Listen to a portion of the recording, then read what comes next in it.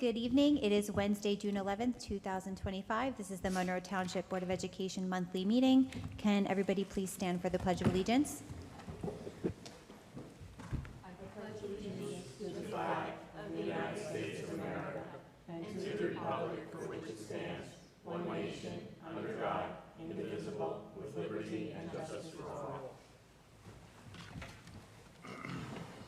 Ms. Allen, can we have a roll call, please? Yes. Ms. Alvarez? Here. Ms. Bora? Here. Ms. DePayne? Here. Ms. Fabiano? Here. Dr. Peck? Here. Mr. Pirro? Here. Ms. Ratner? No. Ms. Sharma? Here.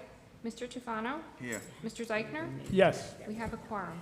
In accordance with the provisions of the New Jersey Open Public Meetings Law, the Monroe Township Board of Education has caused notice of this meeting to be published and electronic notice provided by having the date, time, and place thereof posted October 25th, 2024 and June 6th, 2025 at all schools on the district website, Home News Tribune, Cranberry Press, and filed with the clerk of the municipality.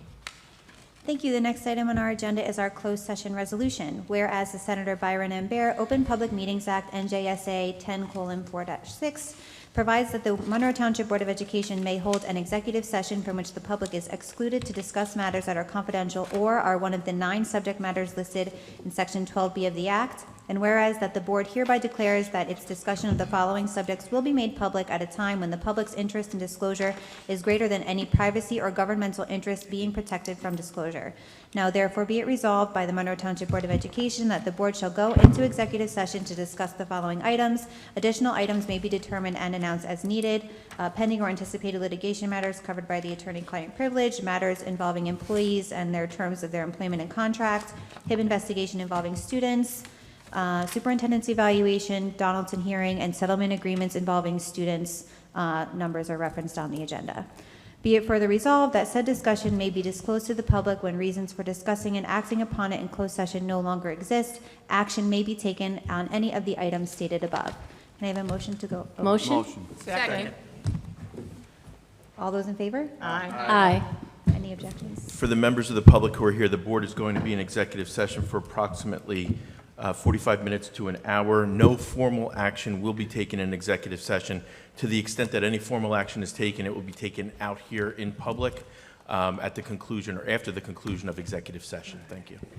Okay, the board should return from executive session around 7:15. Okay, the board has returned from their closed session. I would like to, is there a motion to close the closed session meeting? Motion. Second. Motion by Ms. Boris, second by Ms. Alvarez. Questions or comments? All those in favor? Aye. Any opposed? Okay, now I need a motion to open the public portion of the meeting. Make a motion to open the public portion of the meeting. Motion by Ms. DePayne. Second. Second by Mr. Pirro. Questions or comments? All those in favor? Aye. Any opposed? Okay, I would like to make a motion. Ms. Alvarez. I would like to make a motion to make Dr. Lehman the acting superintendent retroactive to May 6th. Second. Second. Second by Ms. DePayne. Questions or comments? I Ms. would Bora. like to table this motion till we've had the discussion on the current superintendent, which is supposed to be at the tail end of this meeting. So my suggestion to the board is that this motion can be made at that time based on whatever discussions and actions are taken at that time. If the need is still there, we could make the motion to make. So I would like to make a motion to table this motion. Okay, so Ms. Bora made a motion while a motion is pending. Second. And so the motion to table, so long as we had Mr. Tufano's second, which I just heard, the motion to table takes precedence over the motion that's currently pending. So we're going to vote now on the motion to table by Ms. Bora. Are there questions or discussions on the motion to table? No. Okay, Seeing none? so Roll call. Ms. Allen, please. Yes. Ms. Alvarez? No? Ms. Bora? Yes? Ms. DePayne? No. Dr. Peck? Yes. Mr. Pirro? No. Ms. Ratner? Abstain due to conflict. Ms. Sharma? No. Mr. Tufano? Yes. Mr. Zeichner? No. Ms. Fabiano? No. Motion does not pass. To table. So now we're back to the motion to appoint Dr. Lehman as the acting superintendent. Did you say retroactive? Retroactive to May 6th. Excuse me, Mr. Weiss? I have a Yes. question. So this means when we appoint Dr. Lehman, we're going to have to draw up a contract where he will be getting paid the same amount of money as Mrs. Chanley, who's on paid leave. So now we're No. going to have two superintendents with a high salary? Is that what we're doing? Not necessarily, Mr. Tufano.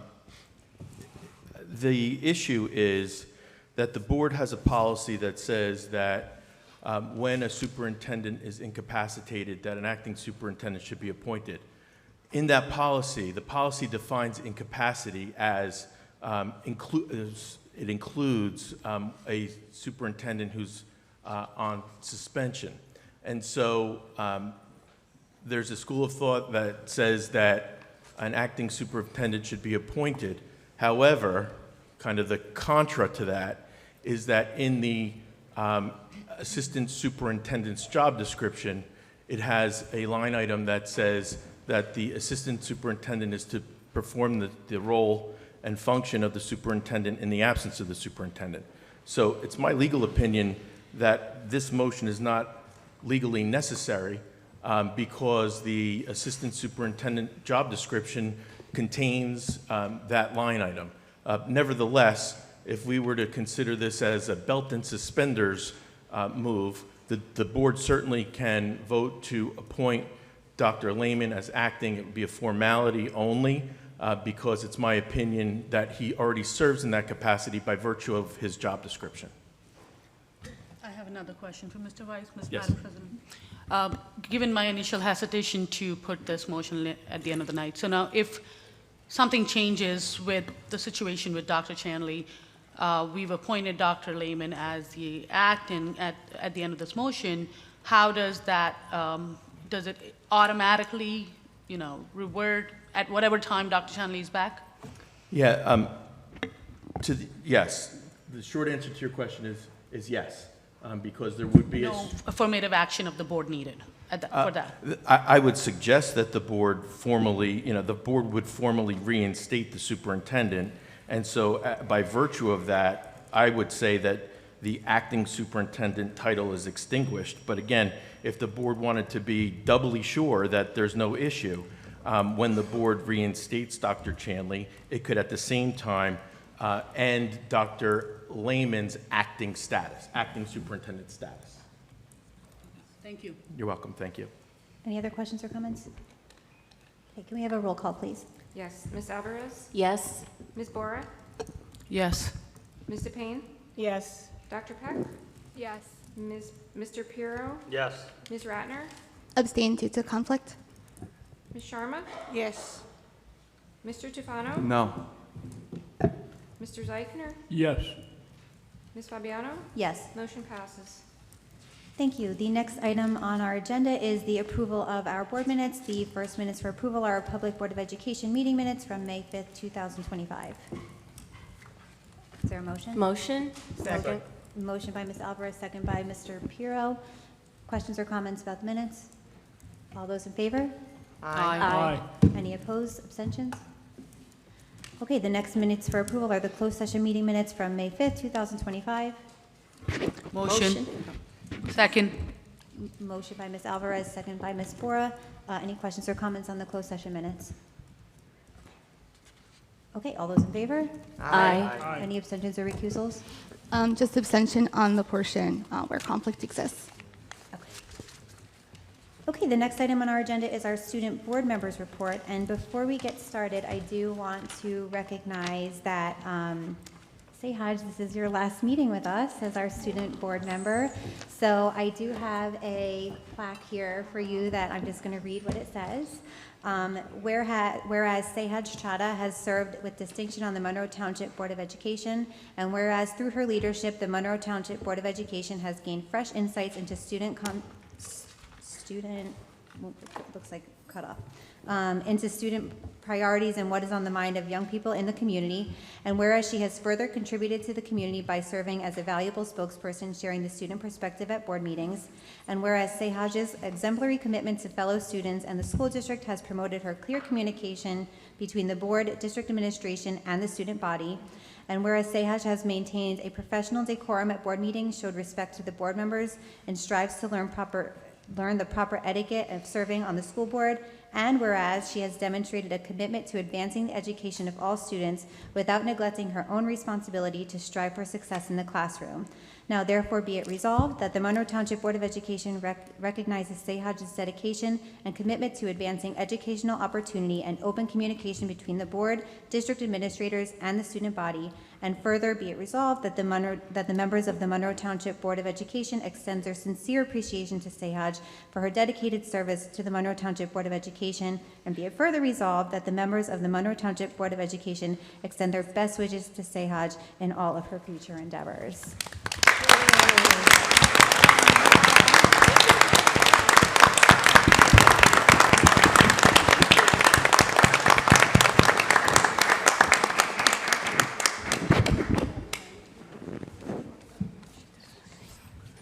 I just want to say thank you all so much. I've learned so much by being on this board, and it's really, really been an honor and a pleasure to serve Monroe Township. I can't wait to come back and visit.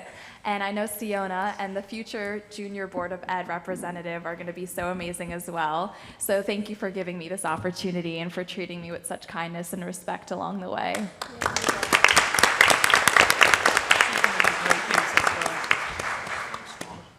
And now your final report. Insane. And with that, let's begin our report for today. We're beginning with Barclay Brook Elementary School. Barclay Brook held a tech expo in May that brought together students, families, and educators for an evening of hands-on exploration and innovation. Attendees engaged with interactive stations featuring tools like Lego We Do, Osmo, Code.org, and robots such as Photon and Root, which showcase the fun of coding and engineering. Thank you to the Barclay Brook staff who planned and organized the fun night. Barclay Brook students participated in Unified Field Day events this May. One hosted for preschool students at Barclay Brook on May 8th and another district-wide celebration on May 27th. Both events were filled with energetic activities like relay races and parachute play, all focused on teamwork, joy, and connection. Thank you to all the staff members who designed and organized these memorable and meaningful experiences that celebrated unity, acceptance, and the power of inclusion. Barclay Brook second graders and Brookside fourth graders came together for a Book Buddies event filled with reading, conversation, and creative activities. Each student was paired with a buddy, building connections through shared experiences. The event helped ease the upcoming transition to Brookside and strengthen the bond between the two schools. Barclay Brook continued its partnership with Parker at Monroe as residents visited Barclay Brook for a special STEM activity with the first grade class.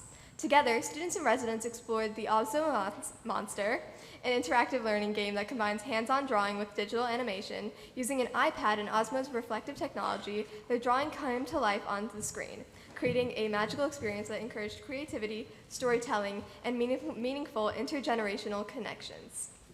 Moving on to Brookside Elementary School.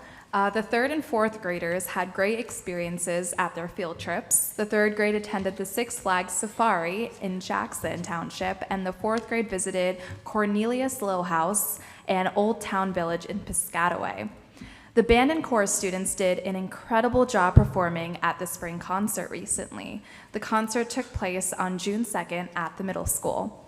Brookside held its third annual Brookside Day on June 5th, and the day was a huge success. Students from the different grade levels worked together on activities in the morning, and following these activities, the students had a picnic lunch and a pep rally to follow.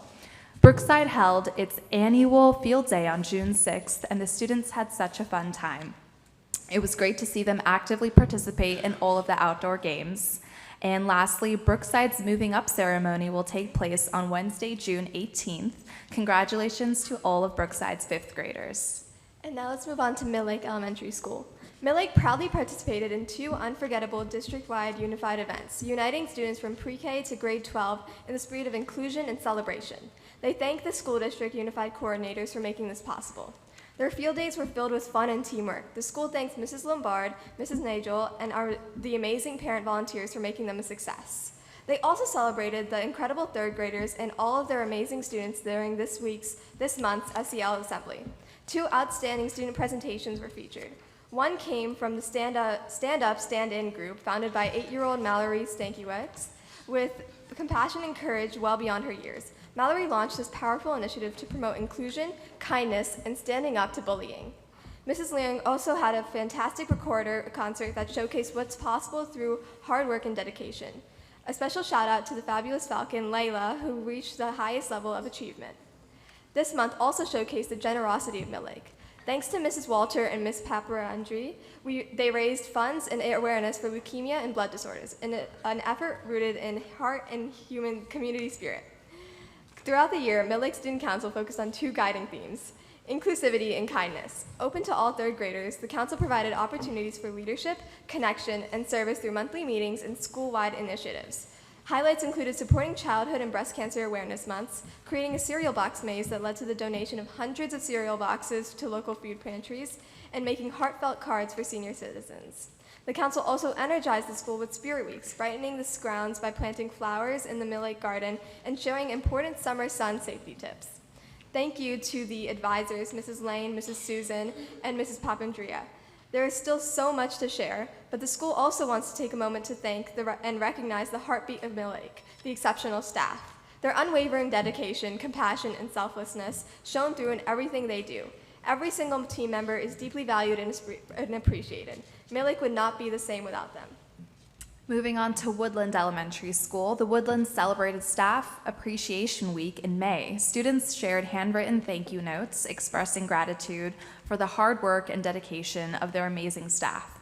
Dr. Chetta also provided small treats to show her gratitude for the staff as the principal.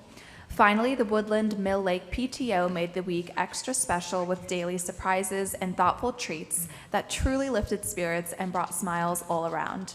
Students visited the PTO-sponsored flower shop where they selected beautiful plants and flowers to take home, perfect gifts to brighten up their families' homes and welcome the new season. The lunch paraprofessionals have been leading an engaging and healthy initiative, the Walking Club. Students are tracking their steps and reaching exciting landmark goals along the way. With each milestone, they can earn fun prizes, encouraging both fitness and friendly motivation. Ms. Heyer and Ms. Noonan, visual art teachers at Woodland and Mill Lake, coordinated an art show that highlighted the imagination and artistic talents of their K-5 students. The event celebrated cultural exploration through artwork inspired by a variety of places around the world. Adding to the evening's event, families were also treated to a beautiful performance by the Woodland School Chorus. The Unified students had an exciting and memorable experience participating in Field Day at Monroe Township High School. The event brought together students from across the district for a day filled with fun, teamwork, and inclusive activities that celebrated friendship, sportsmanship, and school spirit. The talented band and chorus students recently took the stage to perform their spring concert for both the students in the school and families. This year, they had a special performance showcasing the school's musical talents for the rising 4th graders when they visited from Mill Lake this month. Mr. Schultz went above and beyond to organize a fun and engaging field day filled with a variety of exciting activities. His thoughtful planning and enthusiastic leadership helped create a very memorable experience that fostered teamwork, laughter, and school spirit. Oak Tree has also had a bunch of special events happening in the past 2 weeks. On June 3rd was their annual field day. June 4th was a mix-it-up lunch celebration day. June 5th was a healthy living night and grade 3 tours at Applegarth. And June 11th is going to be kindergarten's moving up celebration day. And June 18th is grade 3's moving up celebration. Congratulations to all the 3rd graders. Next up is the middle school. Congratulations to the 6th grade chorus, concert bands, and jazz ensemble for competing in the Music in the Parks Festival on Friday, May 9th. The chorus, overture band, and purple jazz ensemble were each awarded first place in their respective divisions, with the fanfare band taking a very close second. Additionally, Ishan Yeol was awarded the top soloist in his category. The 6th grade chorus is directed by Ms. Lisa Costantino. The overture band is directed by Mr. David Ratner. The fanfare band is directed by Mr. Samuel Schneider, and the Purple Jazz Ensemble is directed by Mr. Rick Fontaine. On May 20th, the band director from Jamesburg Middle School and his 14 band students visited the middle school 8th grade band classes as part of a new collaboration between the schools to help with the middle school and high school transition.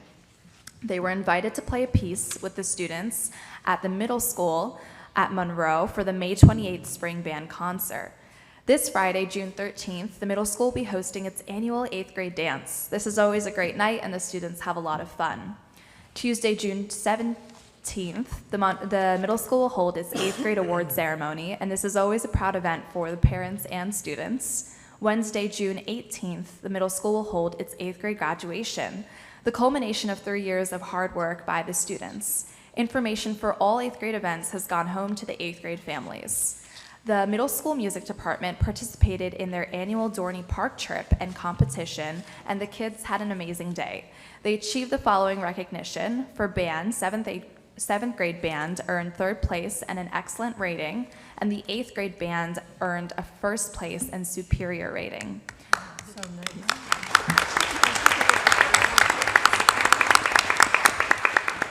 A lot of hard work and a lot of good rankings. And the 7th and 8th grade combined chorus also won 1st place superior rating, and that's not it, best overall chorus, best student accompanist, and best student soloist as well.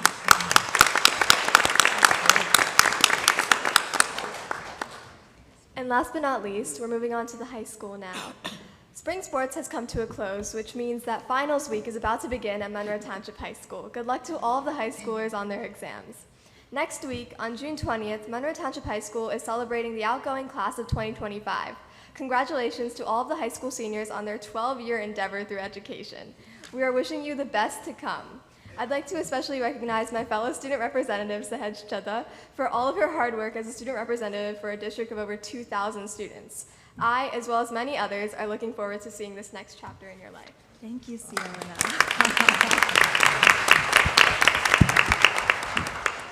Thank you, everyone, and have a good evening and rest of the meeting.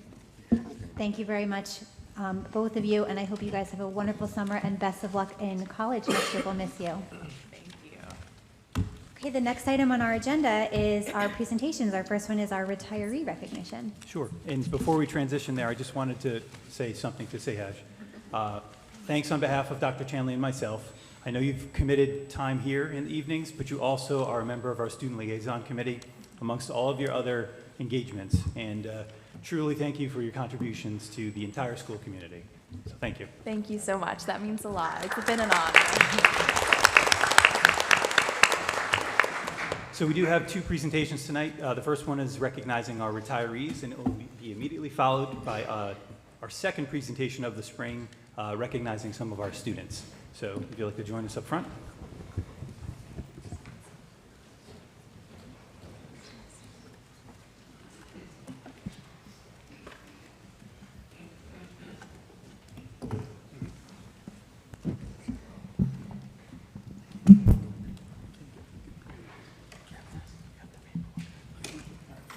Good evening, everyone.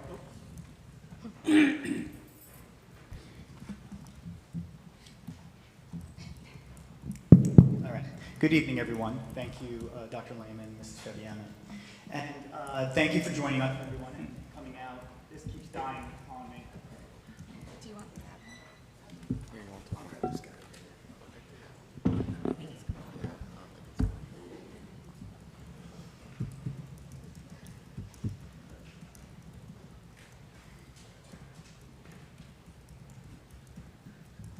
All right, let's try this again. Good evening, everyone. Thank you for coming out tonight. It is a busy time of the year, and before we proceed with our monthly tradition of recognizing our students and staff, we want to take a moment to recognize another very special group of individuals, our retirees. June is always a very bittersweet time of the year, and as we say goodbye to our graduates in all of our schools that are moving up or moving out of our district, While we are excited to see them move on, we are also very sad to see them leave. The same goes for our retirees. And while everyone has their own walk of life in our district, they all make their own individual impact. And whether they are here tonight in person to be recognized, we would like to read their names regardless. So thank you to all of our retirees, everyone that came out tonight. So we will start with our from transportation, starting with Kathleen McDonald.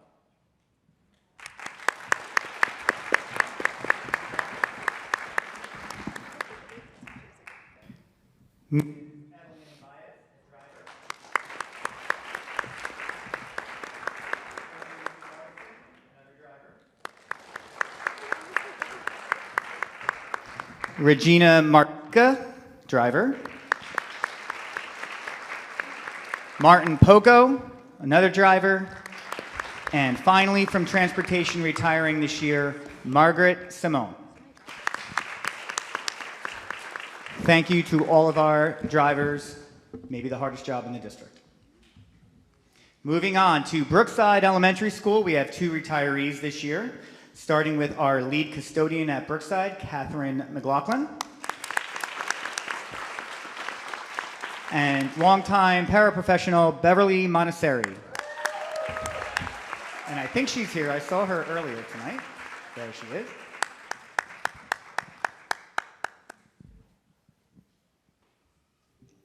Good luck to you, Beverly.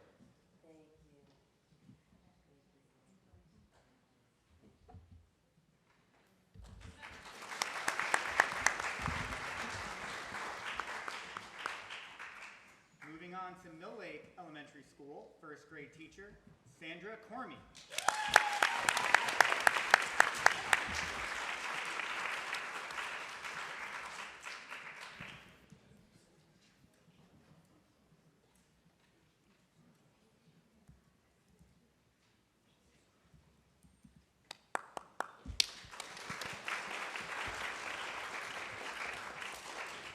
And also from Mill Lake, our basic skills teacher, Kathleen Sizik.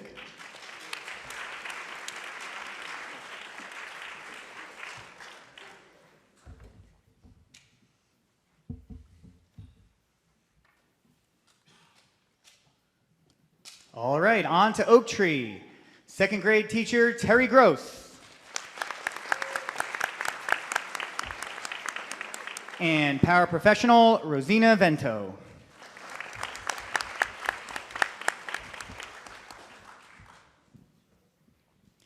At Woodland School, special education teacher, Margaret Hopkins. And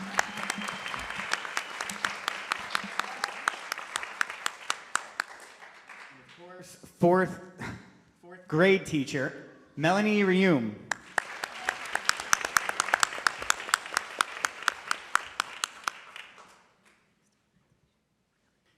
Now, the Monroe Township Middle School. This is an all-star lineup here. Starting with Principal Secretary Louise Bauman.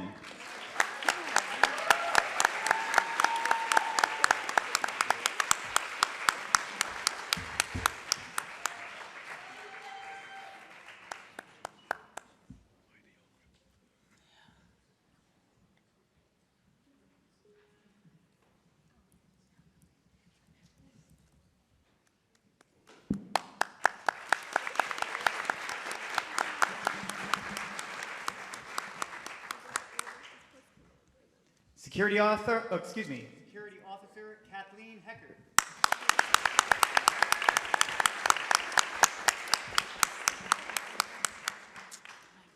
Teacher of Spanish, Sylvia Gonzalez.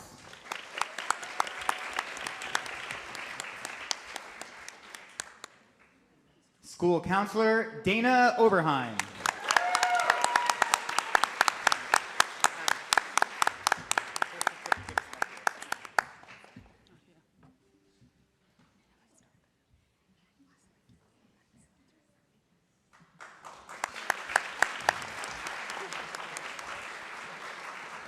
And of course, the voice of the Monroe Township Middle School All-Call, 12-month secretary, Miss Amy Pohl.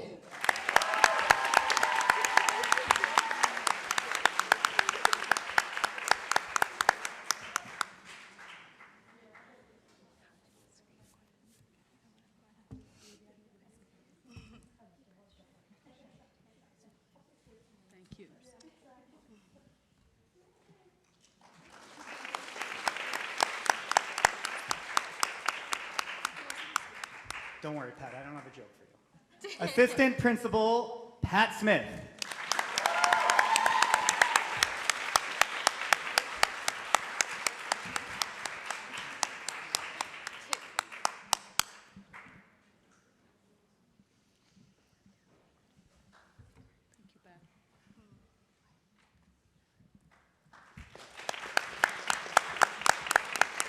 And finally, from the middle school, paraprofessional Mary Vena.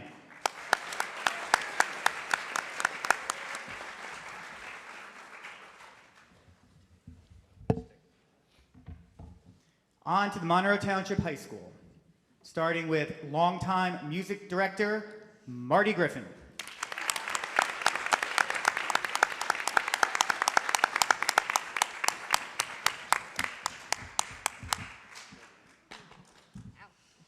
Thank you, Marty. Thank you. Special education teacher Carolyn McGrory.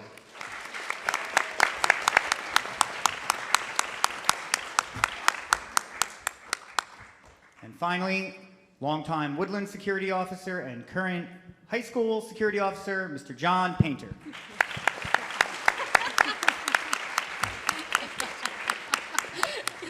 Pretty creative. And then finally, our district employees that hung it up this year, starting with our Director of Guidance, Dr. Michelle Catelli.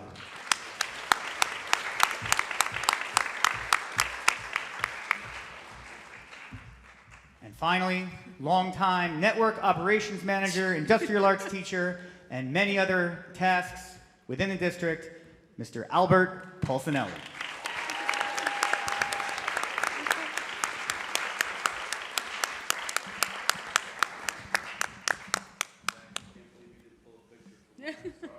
That's a good one.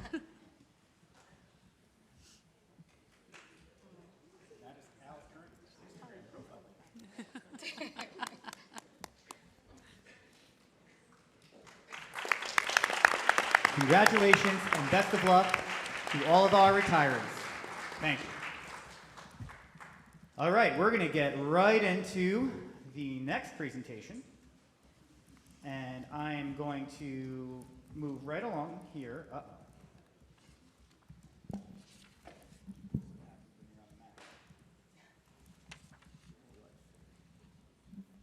All right, here we go. So we're going to jump right ahead. This year, or this month, I'm sorry, we are going to recognize students and staff that have had outstanding achievements in the athletics and other co- and extracurricular areas that have taken place in the late winter and the spring. And we will start off at the middle school, and I would like to introduce Dr. Jim Higgins.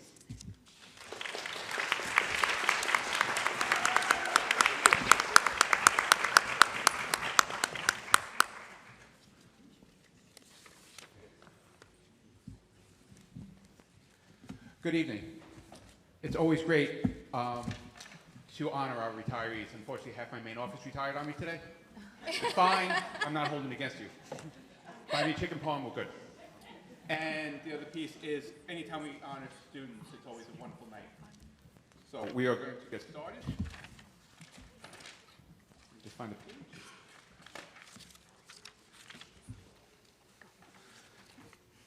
So for our middle school history bee, these students qualified and participated in national competition in Orlando. So I would like to call up Arjun Bora.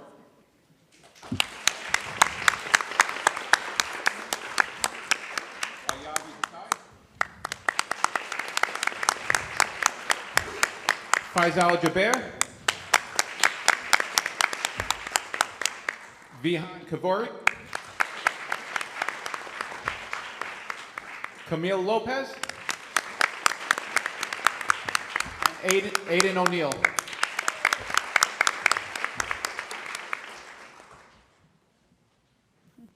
Our middle school geography bee qualified and participated in national competition in Orlando, Florida. Arjun Bora, Faisal Jaber, and Aiden O'Neill. I'll make sure I catch them tomorrow. This is really throwing me off. Monroe Township Public Library Nature, Poetry, and Photography Contest. For first place, Sania Junani. And second place, Renika Kokoro.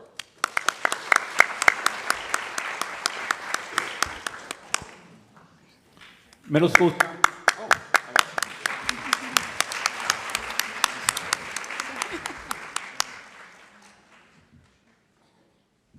For our middle school science Olympiad, we achieved third place in our regional competition and fifth place in the state competition. So I would like to call these students up, and their advisors were Melissa Colantino and Nicole Gerges. Ashia Agarwal, Arav Chitrana, Vedant Daga, Evelina Guzikowski,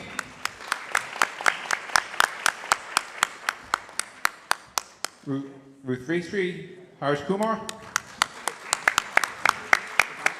Rochelle Howe,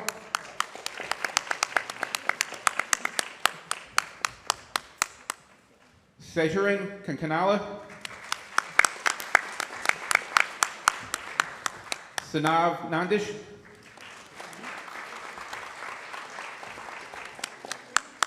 Anya Firma,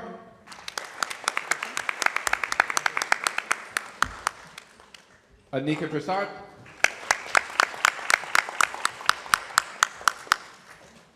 Ishan Shah,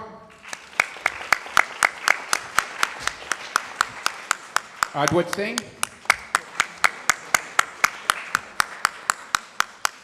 Kian Vaishnav,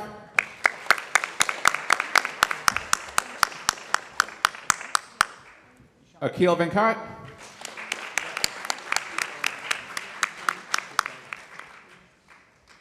I'm sorry, Anav Sumayosula. My apologies.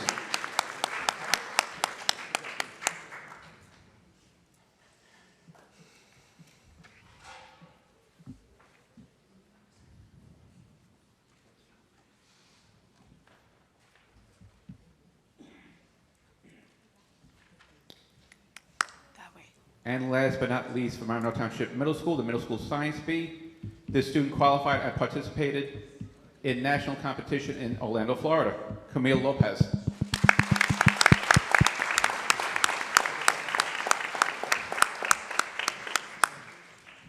Okay, I'm now handing it off to the other Dr. Higgins from Monroe Township High School. Thank you, Dr. Higgins. Try to put this here, maybe it works a little better. I'm pleased to be joined tonight by a number of our advisors from our clubs to honor our students in their achievements in spring activities and sports. So at this time, I would like to invite our advisors for FBLA, Mrs. Jennifer Solomon and Mr. Brian Kehoe, to the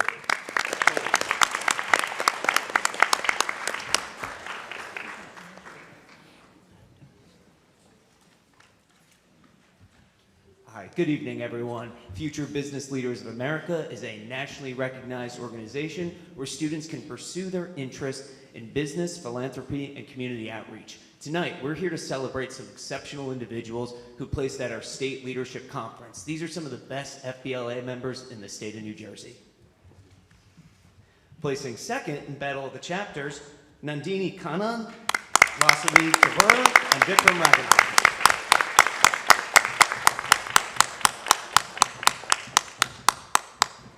Winning the Gold Member Award, Ryan David.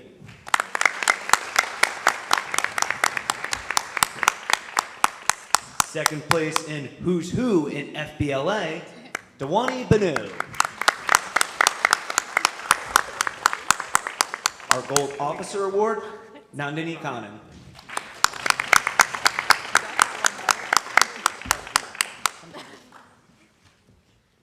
And in second place for our American Enterprise Project, we have Dewani Binu, Apramat, Vikram Raghunath. second place for Intro to FBLA, we have Sai Palori. Third place in our chapter business report, we have Arun Samaran and Lasini Kavari. Second place for banking and financial systems, we have Aditya Avakar and Shubham Bharat.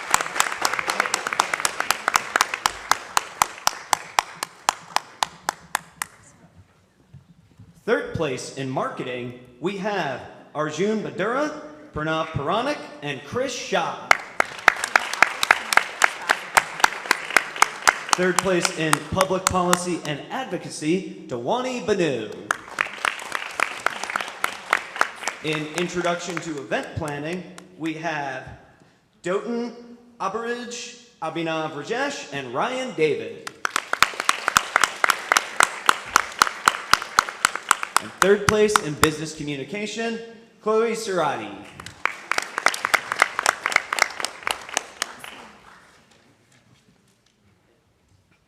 Third place for social media strategies, we have Priya Shah. First place in help desk, we have Keisha Gandhi. And in first place for hospitality and event management, we have Shraj Mahartra, Hasni Kusakuleti, and Abhinav Todi.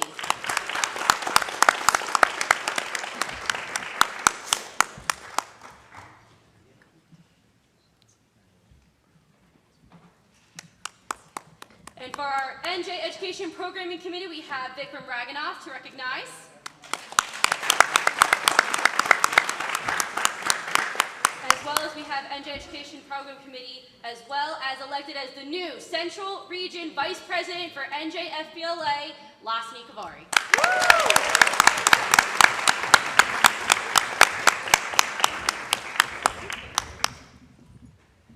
And we won several chapter awards as well. So we took first place in Whiskers and Wishes State Community Service Project. Second place in Passport of Progress Portfolio. We are a Gold Seal of Merit recipient, and we are the largest chapter membership in the Central Region. And we won the Chapter Website Award of Merit.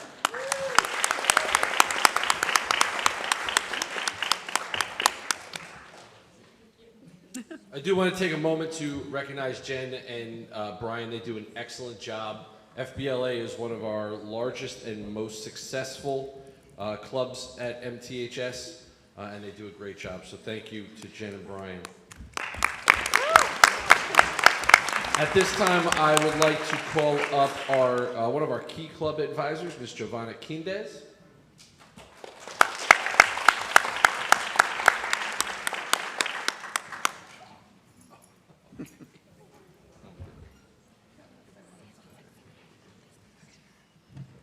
Good evening. So Key Club is a volunteer organization. The students that are being awarded tonight have given countless hours of volunteer work in all aspects of school, outside of school, and in the community. The students that are here have been elected to state positions. Two of them are going to be lieutenant governors that are liaisons between Key Clubs throughout different schools in the states. So our first student that I want to call up is Ishika Agarwal, and she's our district liaison for number 8.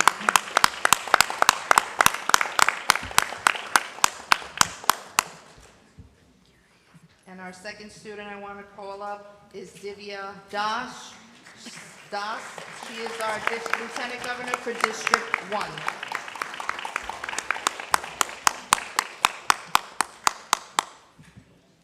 And our third student is Kushi Trivedi. She will be the state editor for Key Club next year.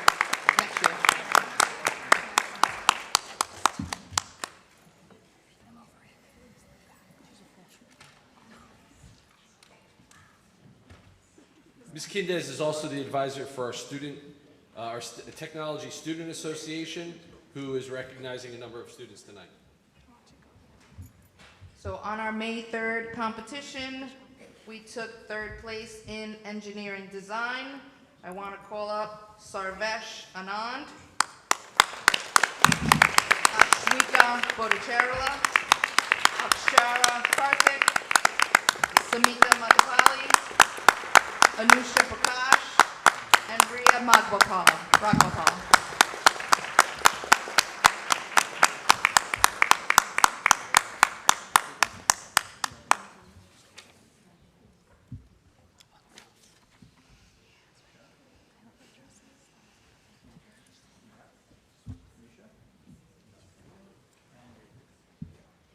And we also took first place in virtual reality visualization.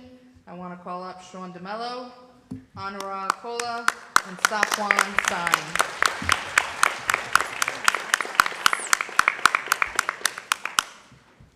Thank you, Ms. Quindez. To recognize our students' excellence in youth and government, I would like to invite our advisor for the Youth and Government Club, Ms. Laura Granite, to the podium.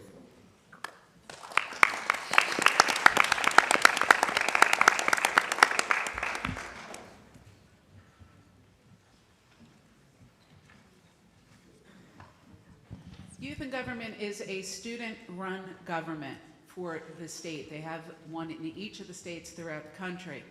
Students write bills they wish were New Jersey state law. They have to write it in the proper format. They train and learn how to speak professionally in the proper pro procedure in chambers. There is a student governor. There is a student cabinet for each of the cabinet positions. You have the Senate, you also have the Assembly. And the bill has to be voted out of committee when they're in committee sessions, and then has to follow the traditional path, or have to pass both houses and be signed off by the governor. You can get vetoes, you can get conditional vetoes. We also have a lobbyist corps that are hired by companies to then lobby for the bills that they wish would become law.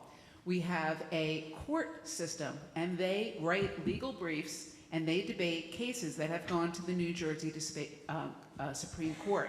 Additionally, they can select bills that they don't think is according to the New Jersey State Constitution, and the bill author would have to defend themselves before those justices.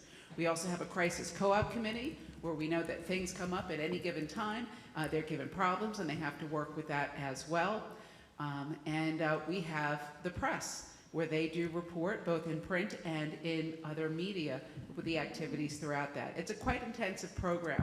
Monroe Township High School has one of the strongest delegations, and we usually do, and this year as well, take home quite a bit of honors. So we have from our courts division, the outstanding courts brief, Avni Gambrala, Hana Sehgal, and Pooja Shukla. Please come on down.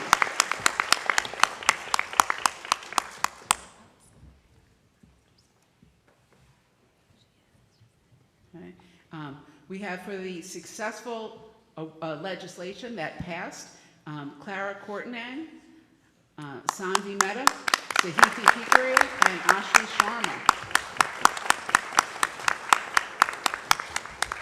The outstanding first-year delegate, first year that they have done this, is Didipya Tadpani. We have our crisis co-op finalist who worked on one of the problems, is Thomas Murphy.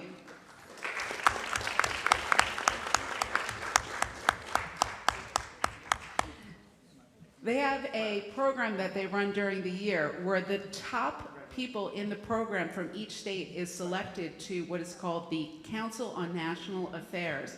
And we had named to the Council of National Affairs, quite prestigious, Zane Jaber, Samantha Mosa, and Anya Rana, and Philip Schiavone.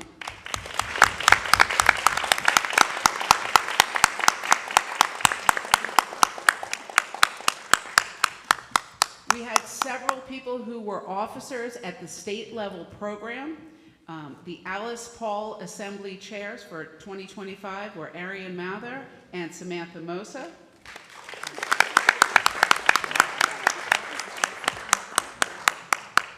This year for the Lobby Corps president was Anya Rana, and elected for next year to be the Lobby Corps president is Rithika Pachamarthi.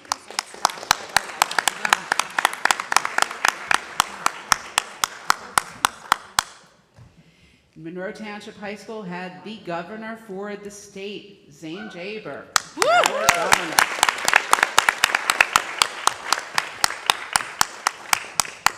We have, for next year, the Chief Justice of the Courts, Sanya Devanelli. Sorry. We had the Editor-in-Chief of the Press Corps, and that was Tharika Moderetti. Well done, Zane.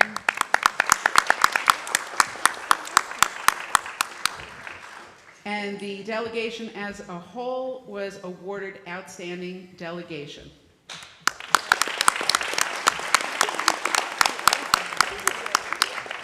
Thank you for all of the work that you did. These kids are incredible. Thank you, Ms. Grant, for all your hard work as well. At this time, I would like to invite the advisor for the National English Honor Society, Ms. Sharon DeMarco, to introduce our scholarship winner.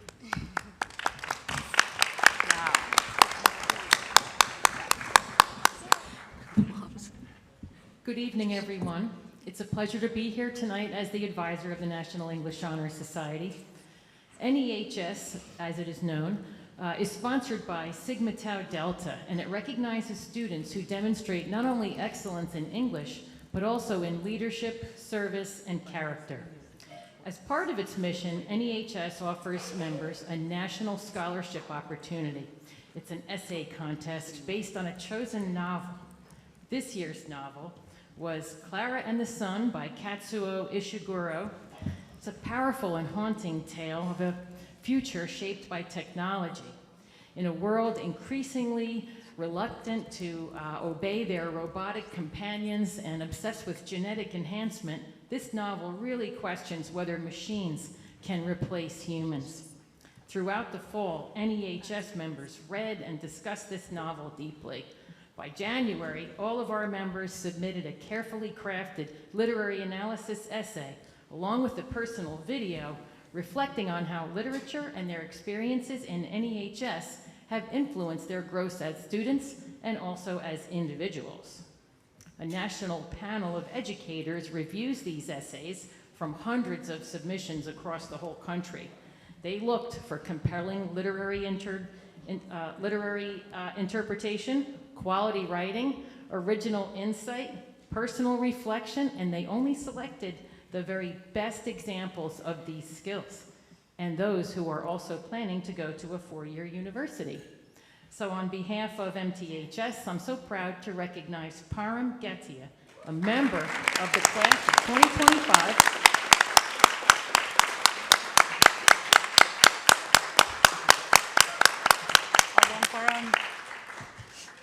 Param is planning on attending Rutgers University in the fall, where he plans to major in electrical and computer engineering.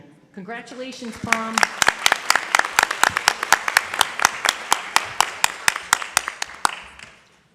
Thank you. I didn't see Ms. Normick. I don't know if she's here. Is Ms. Normick here or Mr. Varellis? So it is my honor to recognize our representatives for the 2025 Teen Arts Festival. These are our state representatives, Avani Gambarwala and Charvika Darpin.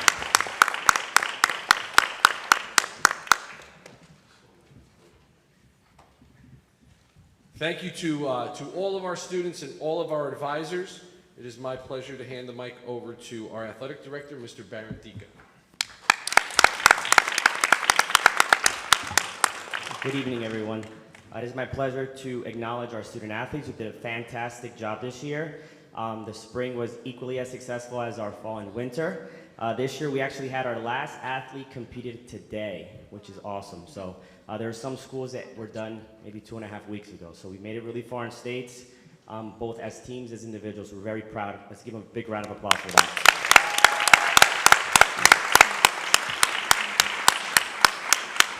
This year, we also had 26 student athletes signed during National Signing Day events that we had throughout the year, for a total of 11 different sports being represented to play at all the Division 1, 2, and 3. So congratulations to all those student athletes, and she got a little bit ahead of me there. So the fabulous student athlete that just walked across, Her name is Iman Seydu.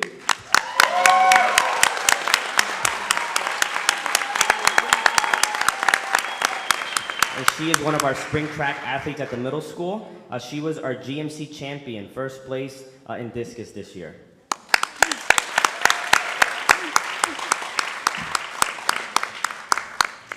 Next up, we have our flag football team, coached by Coach Nick Isola and Brian Hines. We have our first team, all BCC Red Division, Evangelina Francisco, Mia Marabuto, Nia Powell,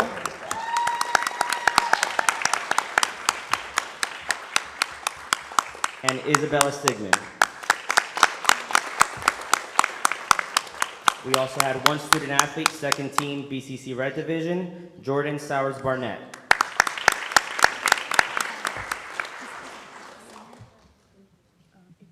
Next up, girls lacrosse, all division and all conference, Juliana Dowd. Juliana also represented Monroe Township High School at the GMC Scholar Banquet. Next we have Savannah Riker.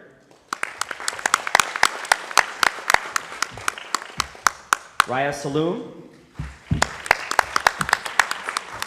And Isabel Rizzo. All red division, Avery Lipton. GMC Offensive Player of the Year, Raya Saloom. And our head coach, Miss Alexa Marshall, was the GMC Coach of the Year.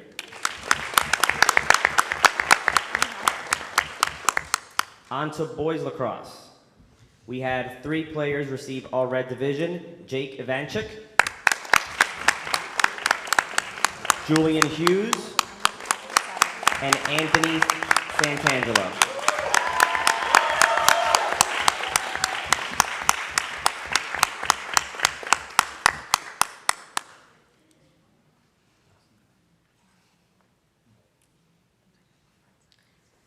We had 3 student athletes receive all conference honors, Peyton Millian,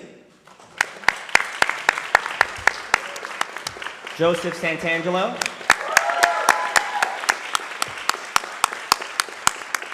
and Taran Singh.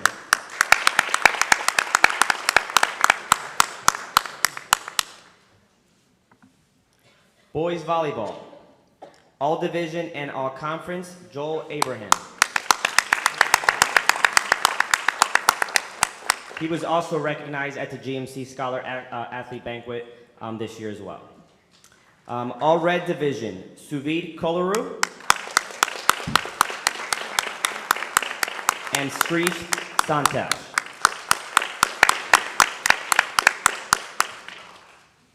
Softball, all division and all conference, Monica Bukaric and Brielle Sarsky. All red division, Brianna Bukaric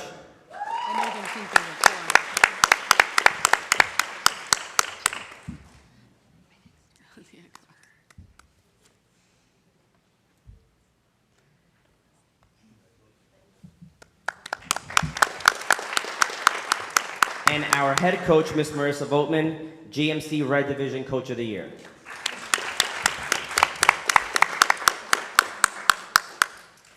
Boys tennis, all division and all conference, Nathan Vudin. He competed today in the second round of the individual tournament, fell to his opponent, but made it really, really far, so congratulations to him. And we have spring track.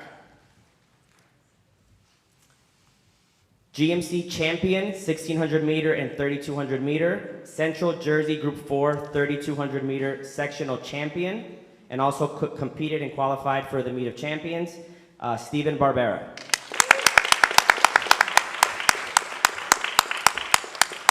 I'm going to go a little off script here. We did have a couple of awards that came in a little late for postseason awards, so I do want to acknowledge those student athletes. Stephen also received all conference honors. We have Jimmy Giordano, all conference. We have Nishant Tama, all conference and placed 4th at the Meet of Champions. And then we also have Ayo Sagu, all division, and placed 7th at the Meet of Champions. So let's give them a round of applause.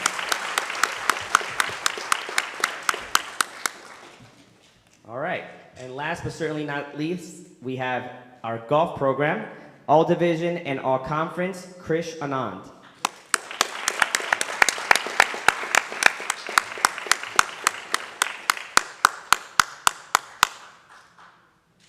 We have all division, Shreyash Kuntamukala.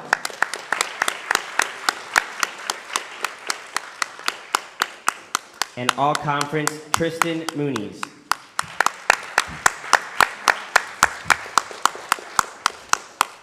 We are extremely proud of our MTHS golf program. This year, they were also GMC champions for the first time in school history. Krish Anand, Lane Belmont, Janaki Chirala, Brody Chong, Chase Gochanor, Shreyas Kuntamukala, Tristan Muniz, and Joseph Peters.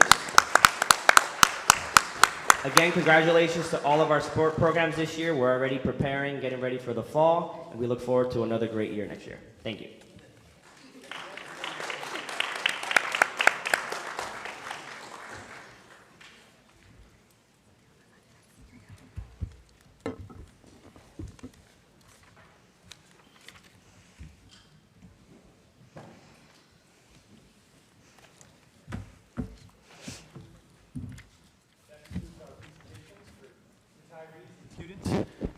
Thank you very much for all those who attended. It was an outstanding year, from academics to our arts programs to our athletic programs.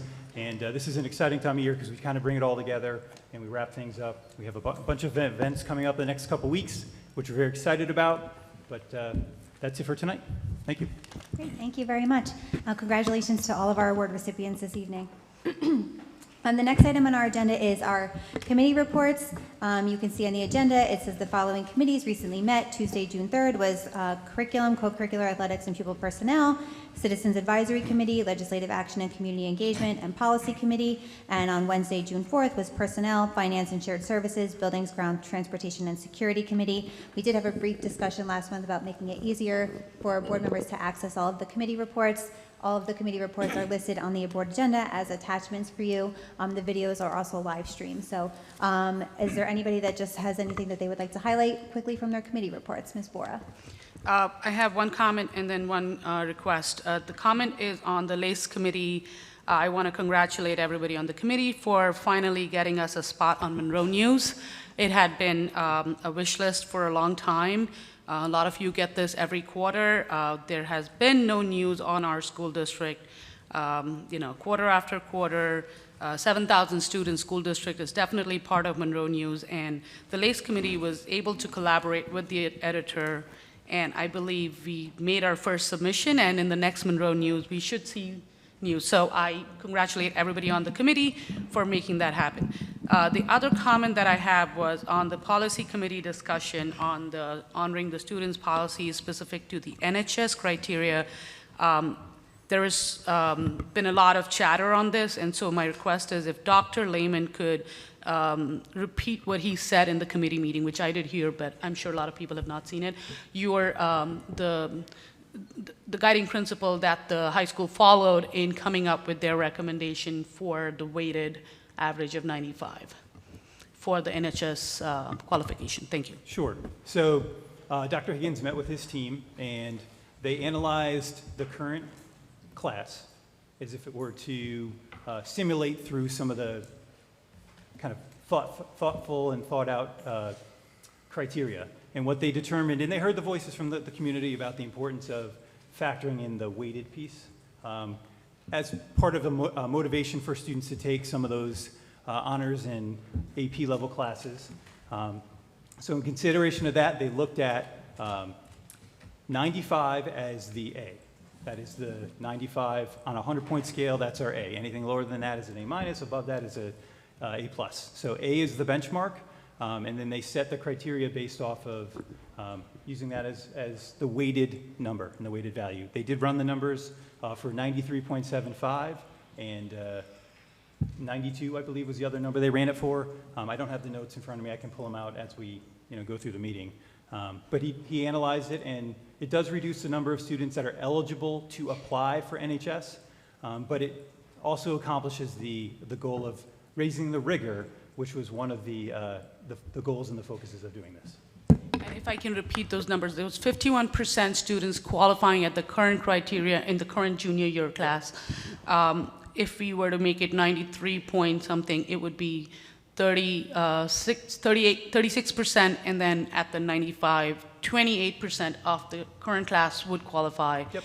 And the goal was to land between 25 and 30% in terms of the qualifying students. Yeah, and I would say we're not looking for an X amount of students to be able to qualify. If the entire class qualifies with a 95, then that's awesome. It's not about hitting that number, but it's about raising the rigor and then seeing the impact of what that adjustment made, but also taking into consideration the weighted piece.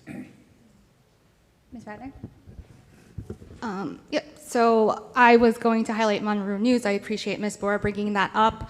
I do know Mr. Meralda last week had shared that we had submitted a couple of articles for submission because we had a quick turnaround.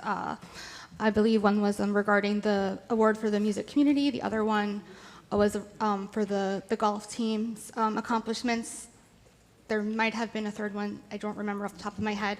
But thank you to him for getting those in so quickly once we heard back from the township. And thank you to the township for working with us on that.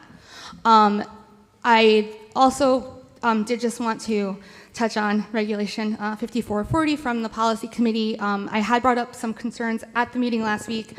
I do want to thank Dr. Higgins, Dr. Lehman, the entire administration, because I know that this has been a long conversation, very extensive, but I also know there's a lot of passion in the community about this, and I just want to make sure if we're going to make these changes that we're making them, for the benefit of the community.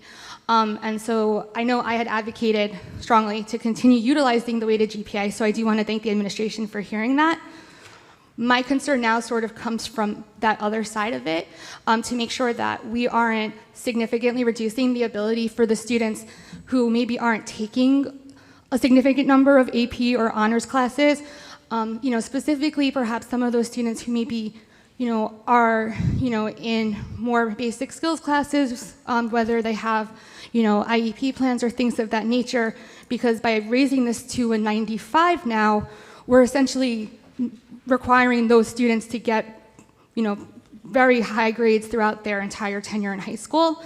And I think we want to make sure that we're trying to, have each kid reach their maximum potential. So I know that this is a first read. We still have time to, discuss this either way. But I did just want to share my thoughts, and also perhaps for our policy committee meeting in July, or our next policy committee meeting, if we can possibly just see from that perspective how much the reduction of students would be, if there would be a large impact on that. I would appreciate that. Sure, I can bring that back, but just to come full circle, we talked about the basis of the students taking classes in high school is some students will stretch for an AP or an honors class, but there are multiple levels of classes, so students performing in the appropriate level class, the threshold of 95 is, if they're in the AP class, they've met the criteria to be in there, so the expectation is to operate at that level. If they're in a different level class, whether it's a dynamics or a standard track class, the tracking, quote unquote, of the students places them in the courses that are the appropriate level. And then if they have modifications or accommodations, those are factored into the grade that exists. So we can certainly have a conversation, but that was the basis of, the conversation at the last meeting without the weighting piece. Right. So the weighting piece is taking into account the motivation to having that, carried in there for the advanced level classes. So we wouldn't have a student choose not to take a course just to get in it in a National Honor Society criteria to take an easier course instead. This gives them that flexibility and the ability to do that. But the basis of the decision is grounded in the students are taking courses that are tracked and at the level at which they're operating. And that's been the kind of foundation of this since the inception of it. Right, and I know we had started this just to, make sure that our policy was following the current protocols at the high school for principals list. And, I know that's sort of the more urgent need, and I think that it's been a good discussion, but I just did want to share that. And then just really quickly, the other question I just wanted to ask is, I had the opportunity to watch the BG&T meeting, but I just wanted to know if, I don't know if you were planning to do this later on in the meeting, but the current situation at Applegar School, if there's been any changes in the last week regarding that. Yeah, so we're still, like as I communicated in BG&T, we have a vetted out strong plan for the middle school as a plan B, and we're still working with that other location through some of the variables. Mostly it's on their end, making sure that the facility itself would meet the criteria that we would be required to meet to step into a building.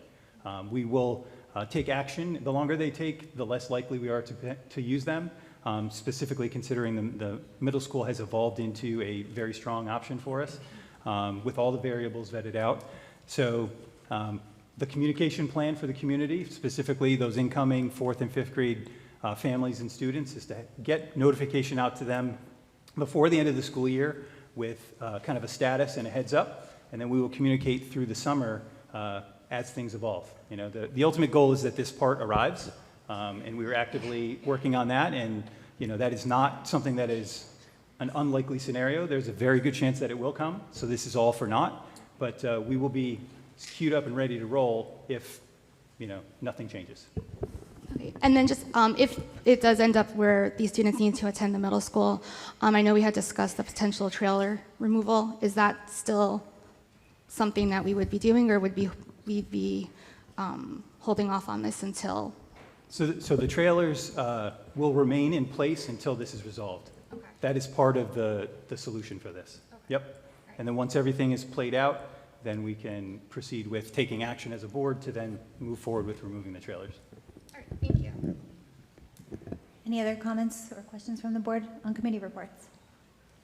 Okay, then we're going to move on to the public forum for agenda items only. Any member of the public wishing to speak, you have 4 minutes to do so. Please state your name and municipality for the record.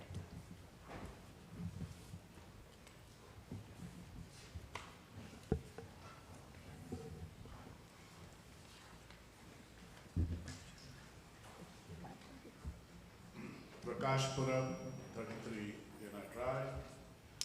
I think the minutes of the last meeting are in the agenda. And the first motion which our district is in the agenda. So, I'd like to discuss about the superintendents,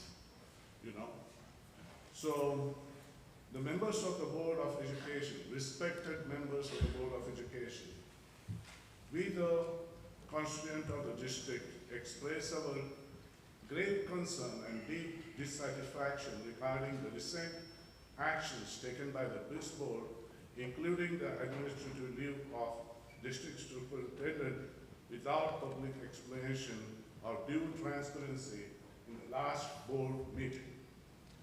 The abrupt decision to place superintendent on the paid administrative leave without state of cause, evidence of due process, raises serious questions regarding governance, accountability, and compliance with both state education policy and open meeting laws. The lack of transparency surrounding this action has fostered widespread confusion, eroded public trust, and calls into question whether this board is acting within the bounds of its fiduciary duties and ethical obligations. It is the board's legal and moral responsibility to provide clarity and justification for the decisions that materially affects the administration and welfare of our schools. The superintendent was actively pursuing full-day kindergarten implementation, a critical initiative for the education, equality, and early childhood development. The apparent abandonment or delay of this effort is unacceptable and constitutes to a direct disservice to the families and children of our district. Dr. Chanley has devoted more than 20 years of service in our Monroe Township School District as a teacher, middle school principal, and last 2 years as a superintendent. She took over as a superintendent during a tough time of COVID crisis and has demonstrated good performance since then. She makes sure children come first. We as a community are surprised. First, second thing, multiple middle school campuses within district are tested with evaluated high levels 10 times of the permitted levels, 4 to 10 times. This is a health emergency.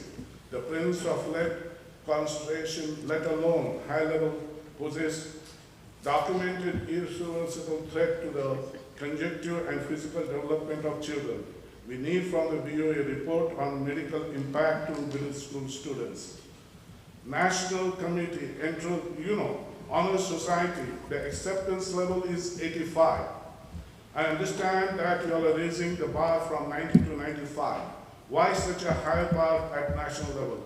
It impacts on the admission of our students to good college. Keep it to 90 with weighted average score of 80 and honor student. Be fair to all students, even regular students. We hereby demand following actions to be taken without delay. A full and public explanation of superintendent administration leave, including timelines, rationale, and plan for leadership. Immediate public release of environmental impact to our middle school students, a detailed corrective action, third-party involvement in resolving this issue. Restore 90% weighted scores, standard for national honors. Please be advised, the people of this district will not tolerate opaque governance, abdication of duty, or inaction in the face of the environment threats to our children. If transparency and accountability Thank you. are Your not time is up. restored, we will take legal action. Thank you. Thank you.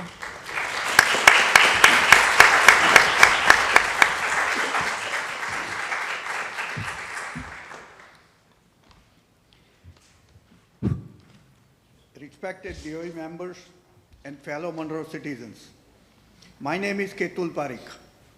Me and my family have been living in Monroe Township for over 20 years. Both my daughter and my son started their schooling in Monroe from kindergarten onwards. My daughter graduated from Monroe High School and will be in her final year of medical school in July. My son was diagnosed with brain cancer at the age of 10 and passed away when he was 13. Dr. Chanley was the middle school principal for both my children. I would like to read a message from my family, my daughter, my wife, and myself. A cancer diagnosis comes with millions of questions, especially with a child. When our son was diagnosed with cancer, one of our questions was how his diagnosis treatment would impact his schooling and education. What we found when we went to his school, MTMS, was teamwork and a cohesive environment from every member of the staff to give us complete support, encouragement, and assurance that out of our million worries, this would not be one of them. This positive environment would not have been possible without a strong leader like Dr. Chanley, shining by example. Much like a mother bird watching over her babies in a nest, Dr. Chanley has always been a protector and advocate for children under her care. As a cancer patient, our son was self-conscious about his loss of his hair due to his treatment, especially around his friends and classmates. Dr. Chanley protected and advocated for our son by reminding fellow administrators to follow our son to wear his hat in the school building. Under Dr. Chanley's leadership, when our Thanksgiving holiday was clouded by the news that our son would be placed on hospice, the entire middle school came together to deliver us with food, gift cards, and letters to bring us comfort during a challenging time. When our son passed away, Dr. Chanley allowed his friends and classmates to honor and salute his funeral procession outside of the middle school so that they could pay their final respect to their beloved friend. Subsequently, administrators, counselors, and nurses worked in tandem to ensure that emotional and psychological impacts on MTMS students were mitigated. It is clear that Dr. Chanley leads with compassion and strength that trickles down to every educator, staff, and child under her care. She truly believes in lifting up her educators and believing in each and every child's potentials as if they were her own. There is no person more dedicated to Monroe schools and the children that it serves than Dr. Chanley. Monroe and its children are immensely lucky to have had her thus far, and it is our sincere hope that she will be able to continue to lead this district with the same strength, protection, and positivity that she always has. My fellow citizens, our experience shows that Dr. Chanley will use her strength and even take extra steps to secure, protect, and comfort your child in her care. Thank you very much.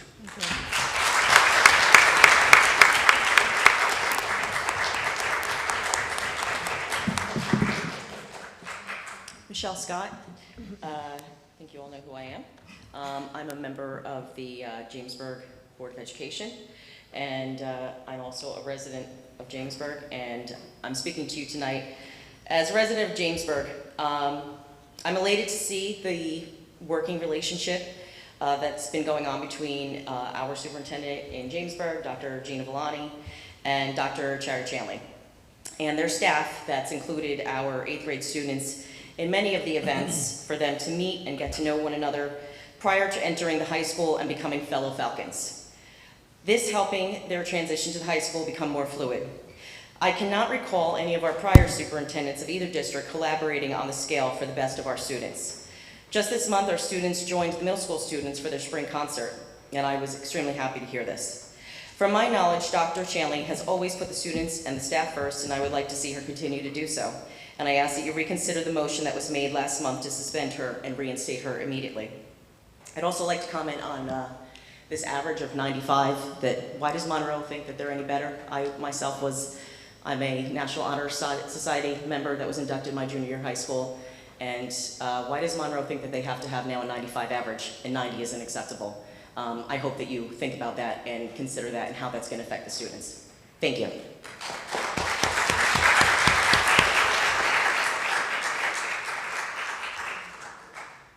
Are there any members of the public wishing to speak? Well, good evening. Edward Selby, Milltown, former employee, or present employee, little vacation. Good evening. I'm here to tell you of my interaction with Dr. Chanley. It's only my opinion. I'm not trying to convince you, but I think you're missing out on what she creates. The first thing I learned from Dr. Chanley is family. Her family comes first. It's all about family with her. When my wife had a stroke, she couldn't do enough. She called me every day. She would text me. Her husband would text me. That's family. And that's what she brings to the buildings. She brings family. She looks at these kids. She's interacting with the kids constantly, interacting with staff. We all understand that there's negativity. We see it all the time. I've been a victim, and I've probably been the other side of it. I blame no one for that. It happens, but we have to stop reacting to the negative. We can't change the past. We cannot go back and change the past. If we learned anything, have anybody paid attention in history class, social studies, or whatever you call it today? That was probably my best subject, outside of phys ed. However, we can't change the past. We have to move on from the past. We have to stop being viral and attacking each other. And let the person that has shown great leadership. I look at Miss Allen, who was elevated to business administrator, and under her guidance and under Dr. Chanley's leadership, the district's in a fine, I'm going to say the word wrong, physical well-being.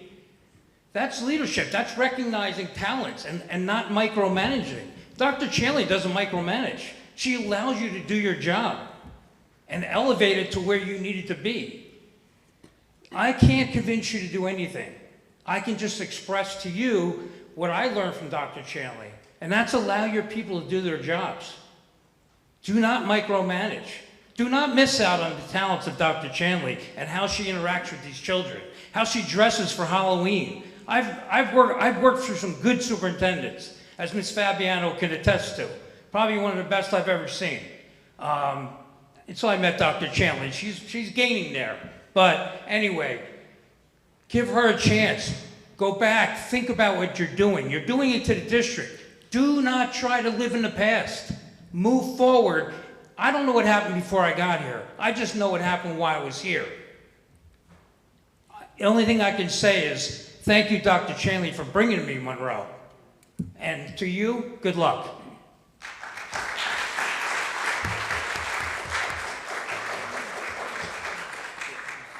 Are there any other members of the public wishing to speak?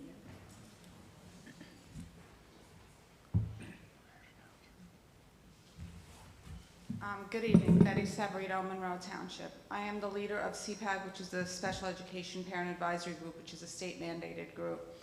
And I'm here to speak in benefit of reinstating Dr. Chanley.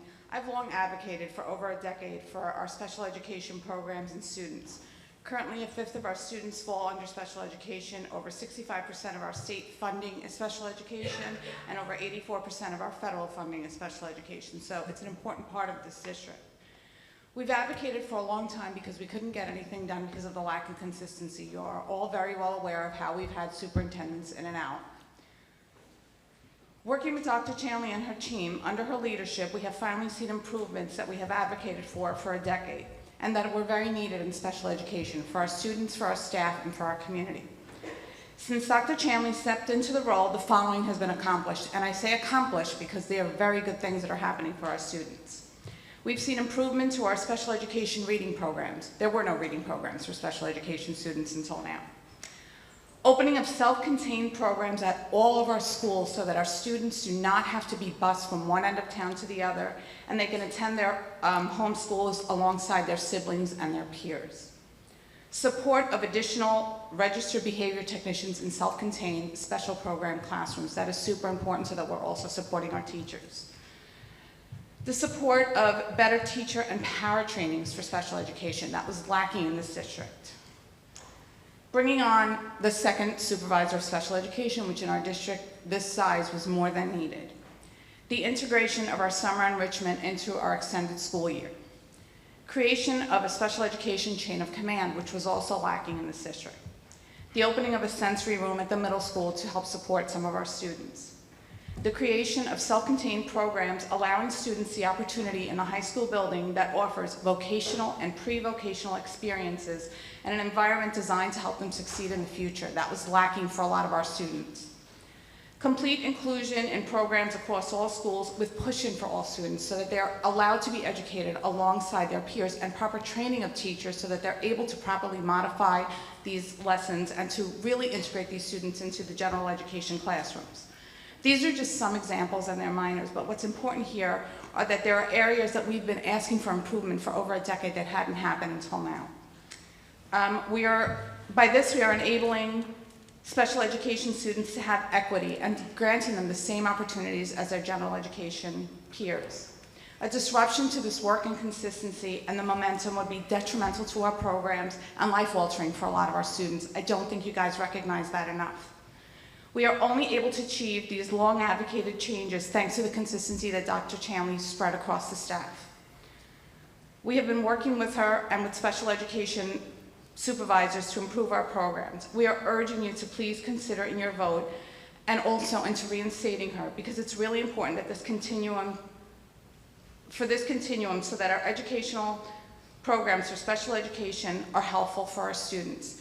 You know, I think what Mr. Selby just spoke about, if we could just leave the past in the past, if everybody on all sides, there shouldn't be any side except for the side of our students and our staff. And unfortunately, I think this is all becoming very personal. And please put your personal agendas aside. Think about what this gentleman just spoke about with his family, what they went through. Those are real life problems, not the nonsense that we've allowed to go on in this Board of Education for a decade. So please consider this and the well-being of this district. I don't care what side you're on. Leave your stuff at the table. That's been one of my biggest things, that, you know, just advocate for what's right for our students, for our staff. Please think about your votes.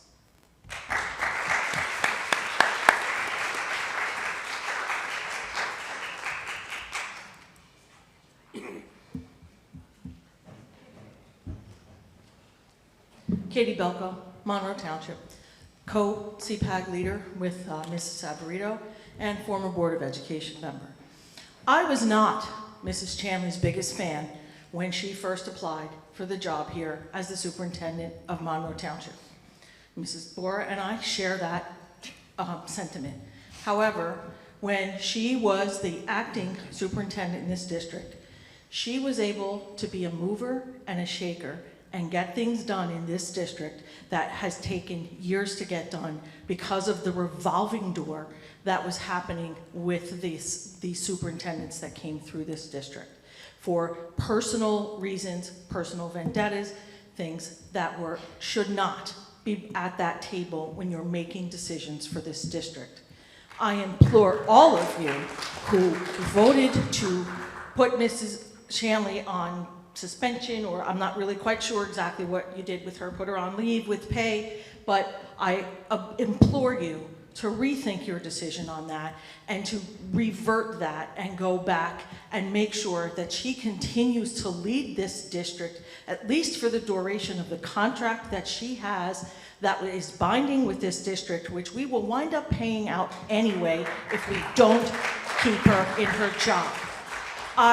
When she came up for the full position as the superintendent, and I will quote, I had said I would never vote yes for her for the full job, and she changed my mind, and it was because of the way she worked, the things that she did, and I was able to see that Dr. Chanley was caring about the staff, the students, and what education we provide here in this district of Monroe. And I'm very proud of the 3 years I spent as a Board of Education member and being aside her and supporting her in the decisions that she made. I did not agree with all of them. I argued with her on many occasions, and she and I came to many agreements and compromises, which is what you do when you're sitting there in the position that you all have. And if you feel like I'm scolding you, I am. Because this is unacceptable behavior, and you should all be ashamed of yourselves. Thank you.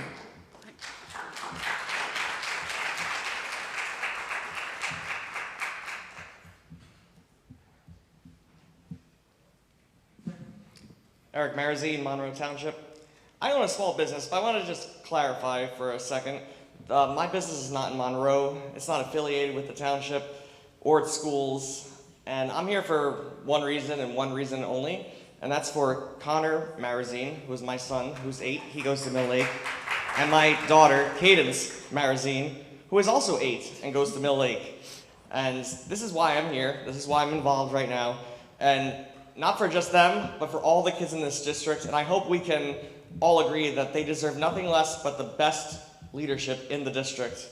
That said, the way that this board has conducted business over the last few months has caused a lot of concern in our community, as we have seen already tonight, and I'm sure we're going to go on and see it a lot more. As someone with a degree in educational leadership, I know that decisions made without warning or explanation can cause anxiety and fear amongst staff, which can lead to long-term negative consequences for our students and community. I have a few questions, I hope you answer them. And perhaps I'm missing something. I hope tonight's discussion can provide clarity for all. I understand that you cannot speak to any personnel matters, but please note that my questions primarily pertain to district protocol and policies, and not to confidential information, which I understand cannot be discussed. Ms. Fabiano, I understand these questions are for you, but if you are unable to answer the legal ones, I'd appreciate it if you defer to the board's attorney. First question. When the motion was made to put the superintendent on paid administrative leave, it was stated that it was based on, quote, because of what we heard here tonight, end quote. Was this concerning a public or closed session discussion? If discussed in public, can you disclose what was said that led to this action?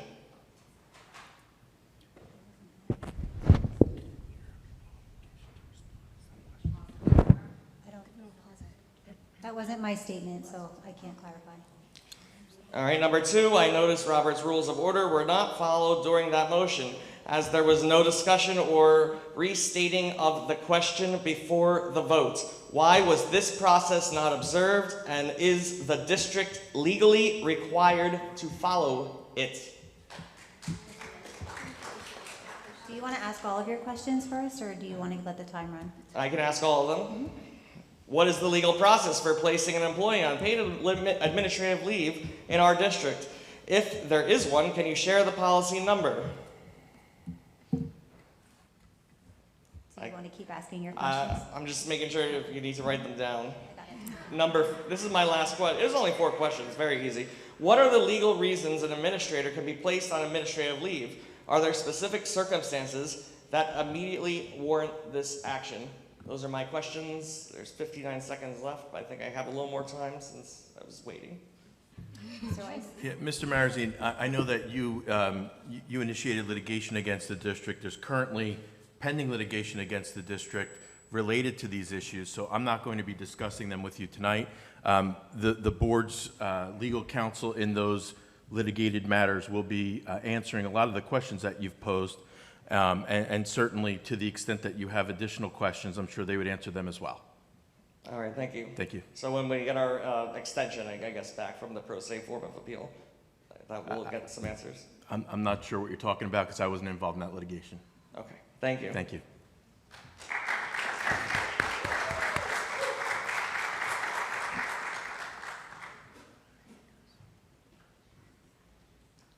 Good evening.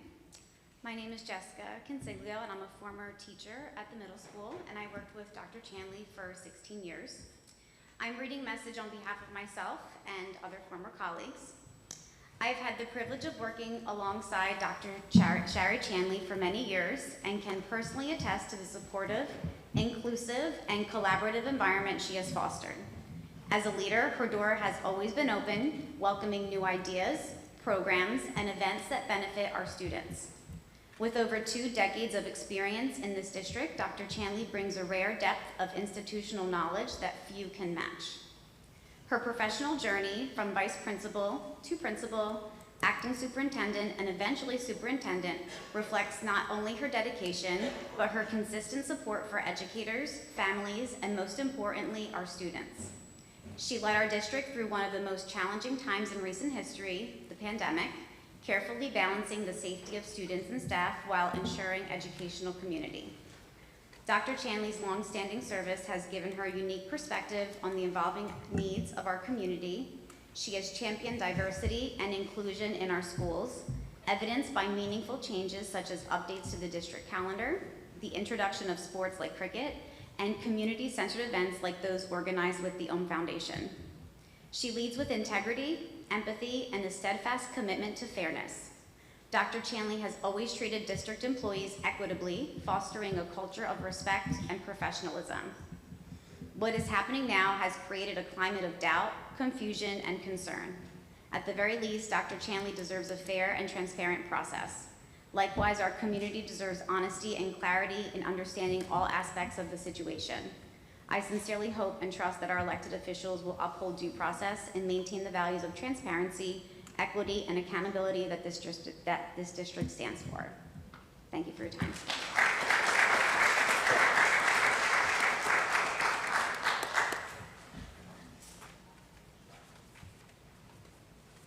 Are there any other members of the public wishing to speak?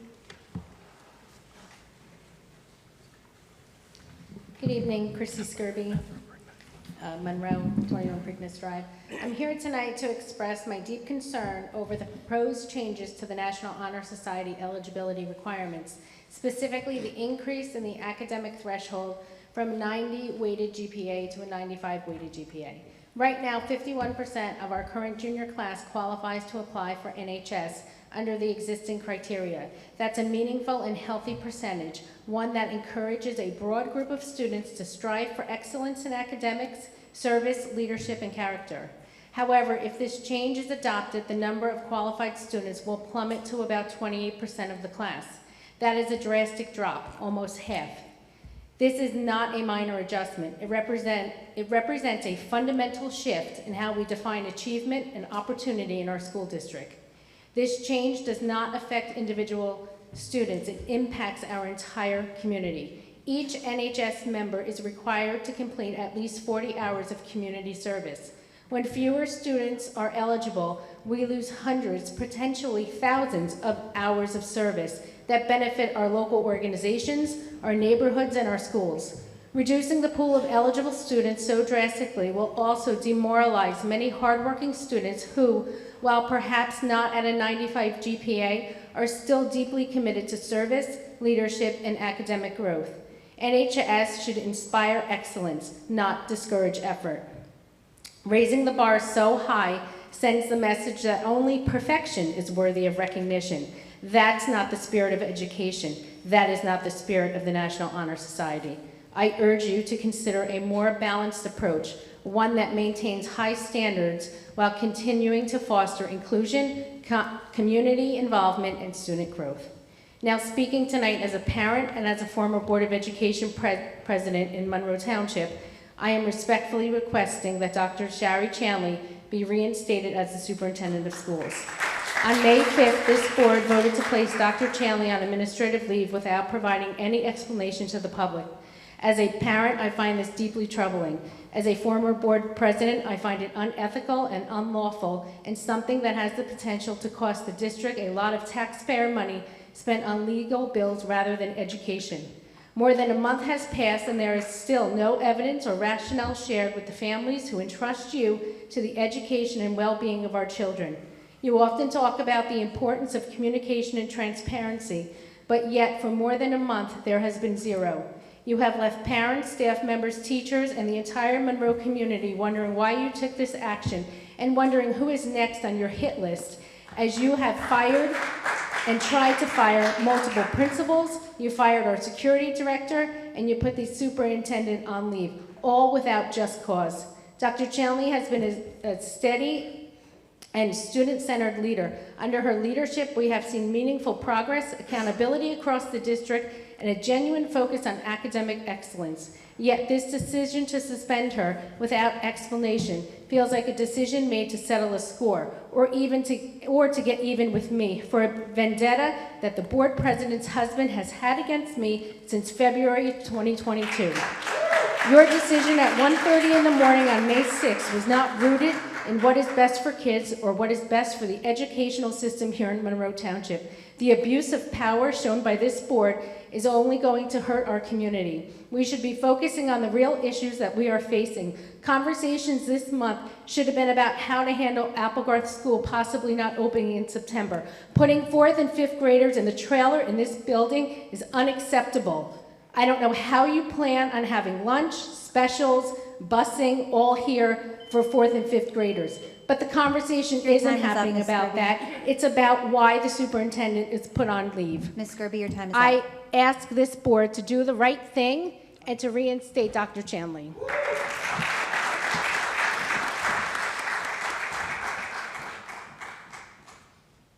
Good evening, Christina Zawacki, Monroe Township. I'm actually reading a letter on behalf of Margaret and Ray Nesby, who are in a meeting right now. I know that you all know them. They do a lot for the township, so they gave it to me to read for them.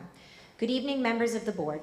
Our names are Margaret and Raymond Nesby, and we've had the honor of working in this district for a combined total of 25 years. We stand here tonight not just as an employee, but as people who deeply care about the well-being of our students, the health of our school community, and the integrity of our leadership. I want to speak from the heart about Superintendent Chanley, who has been placed on administrative leave without explanation. This has shaken many of us, not just because we care about her as a person, but because we've seen firsthand the difference she has made in this district. In a profession where we often feel overlooked, Superintendent Chanley has always made us feel seen. She didn't just lead from behind a desk. She walked through our halls, stepped into our classrooms, and took time to speak with those of us who often go unnoticed. She asked questions, she listened, and perhaps most importantly, she acted with heart, with fairness, and with a genuine belief in the potential of every child and every staff member in this district. We've seen her comfort students in moments of crisis. We've watched her advocate for programs that help our most vulnerable children. We've witnessed her steady presence during uncertain times, and in those moments, she gave many of us the strength to keep going. That's not just leadership, that is humanity. So to see her suddenly removed with no explanation or communication feels like a blow to everything we believe as a school family. It has left us confused, hurt, and frankly afraid. Because if someone like Superintendent Chanley can be cast aside without clarity or cause, what does that say to the rest of us, like Ray and I, who pour our hearts into this work every single day? We are not asking for secrets to be revealed. We understand that some matters require discretion, but silence breeds fear, and in a school system, fear can be just as damaging as failure. We need to know that the values we teach our children, honesty, fairness, respect, are being honored at every level, especially at the top. The district has come a long way under Superintendent Chanley's leadership. We've built relationships, we've rebuilt trust. We've started to believe in what's possible. Please don't let that progress unravel by removing our leader, Dr. Chanley. We ask you to consider the message being sent not just to Superintendent Chanley, but to all of us who serve this district with love and commitment. If there is a path forward rooted in fairness and compassion, I urge you to take it because our students, staff, and community depend on it. Thank you for your time and for listening with both your minds and your hearts. Margaret and Ray Nesby. Thank you.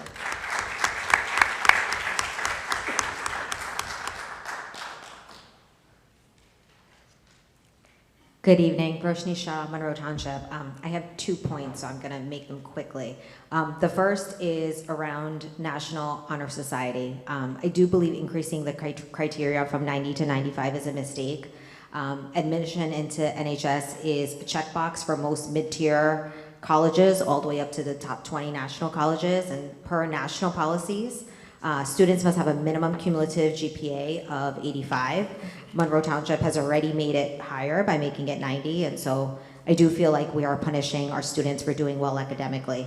Dr. Lehman, you mentioned raising the rigor and seeing the impact. I'm curious what impact. I just see less students getting in, so I am curious about that. I do feel like we're putting our children at a disadvantage by making it more difficult to get in, and I'm just not seeing the benefits. I did want to communicate that before you vote on it. And my next statement. I come before you tonight not only as a concerned parent, but also as an invested member of this community who cares deeply about the future of our school district. The recent decisions made by this board have raised serious concerns about the direction we are moving forward and the motivations behind these decisions. From my perspective and the perspective of many others in our community, these actions appear to have been taken without careful thought, deliberation, and long-term planning that such impactful decisions require. When decisions are made in haste or appear arbitrary, they risk undermining the trust of the very people you serve, parents, students, educators, and taxpayers alike. The direction in which our district moves today will shape the opportunities and outcomes of our children for years to come. The responsibility demands the utmost care, transparency, and reflection. In recent months, the board faced significant decisions regarding the contracts of 2 highly respected and well-loved administrators. Initially, there was discussion and deliberation not to renew their contract.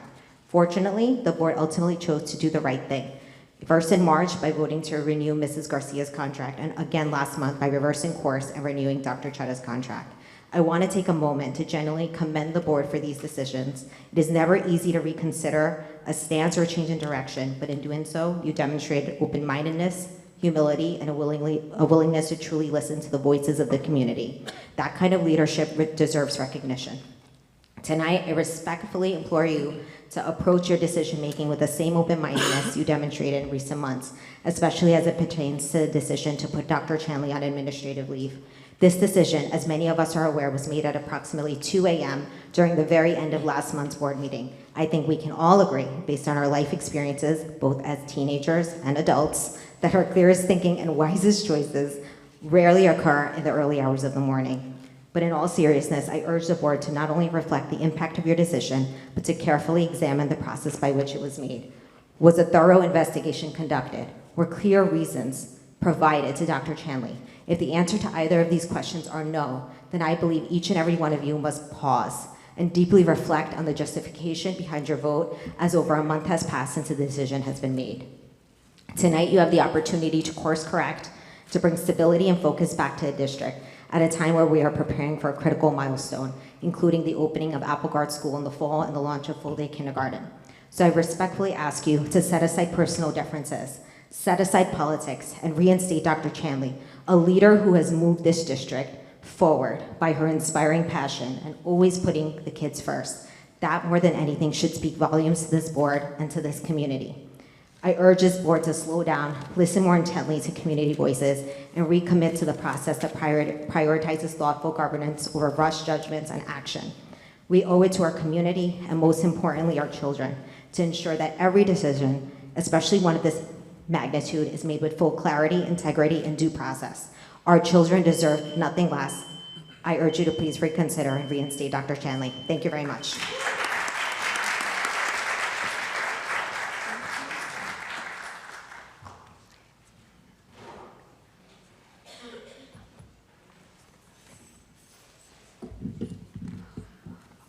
Pat Smith, resident of Monroe Township for over 42 years, educator from Monroe Township Middle School.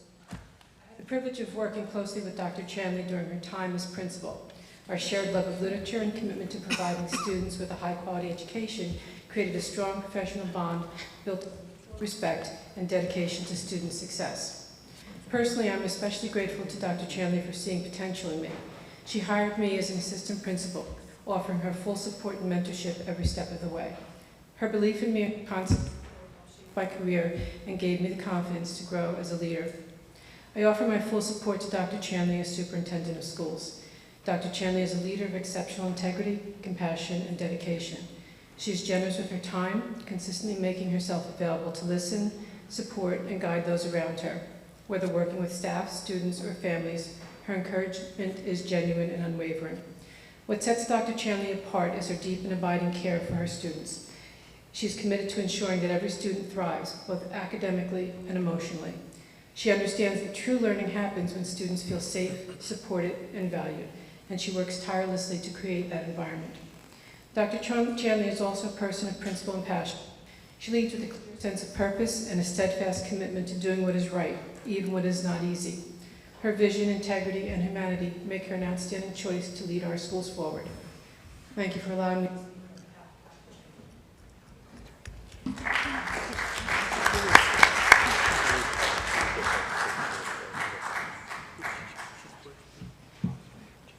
Good evening, Jim Higgins, principal, Monroe Township Middle School, speaking solely for myself.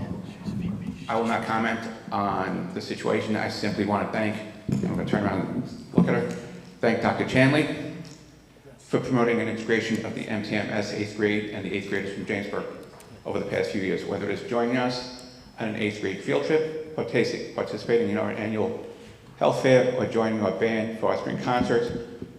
Seeing the Jamesburg and middle school 8th graders is always wonderful. I thank you. I thank you for always being available to our students and coming to show your support, no matter what our event is. I thank you for being available to me 24/7, because our job is not a set-hour job. Our job is 24/7. I have called her 11 o'clock at night, 11:30 at night, 6 o'clock in the morning. She will pick up the phone to go over a situation. And lastly, I thank you for prioritizing security cameras for the middle school. For 12 years after we moved in, we had no security cameras with up to 1,800 students in a building this large. No matter what the financial situation is, she helped me prioritize them. So I thank you, and the cameras are doing wonderful.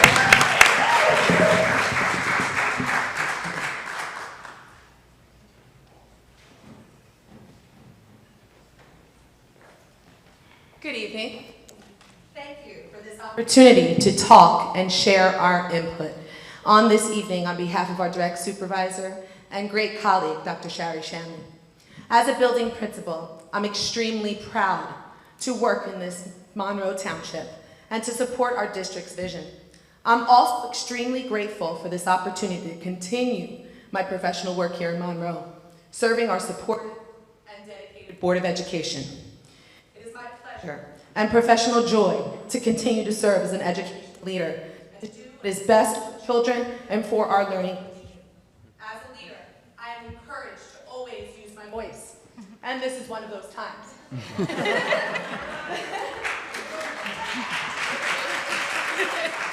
As you know, in the most recent board meetings in April and May, our communities from both Woodland and Mill Lake came to support our work as principals. It is now my opportunity to do the same, to show my support for my mentor and colleague, Dr. Sherry Shanley. I want to start with a clear expression of gratitude and continued support for our shared work and efforts as a strong Monroe community. One of my favorite leadership quotes comes from Mr. Simon Sinek, an American inspirational leader and author. Sinek said, "A leader's job is not to do the work for others. It is to help others figure out how to do it themselves, to get things done and to succeed beyond what they thought was possible." Dr. Sherry Shanley embodies this quote, both as a mentor and supervisor, always supporting and paving the way for the success of wonderful Woodland School and all our fine performing schools in this district. In each of my 3 years as the principal of Woodland, we've met our school goals with scores that were highly effective. We've established a strong culture of collaboration, shared learning, shared responsibility for the success of our students. We've embedded the AVID, advancement via individual determination, philosophy into our school culture, and Dr. Shanley has been integral to those successes I just shared. She has been supportive of my leadership, my principalship, and all that I have done in this district. Finally, Dr. Shanley has strengthened the vertical articulation between my building and my sister school, Mill Lake.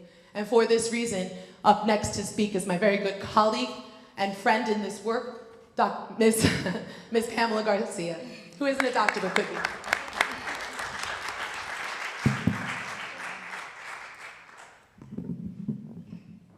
I'm actually really nervous. I'm going to start by saying that. And I am, but I know there's a lot of educators that are here, and so I'm going to speak to you. I'm going to speak to everybody, honestly. In March, I was honored to have the support of my Mill Lake community. Tonight, it's my turn to give that support back. I have been truly fortunate to be mentored by Dr. Chanley, a remarkable leader whose insight, compassion, and commitment to excellence have shaped my growth and our school success.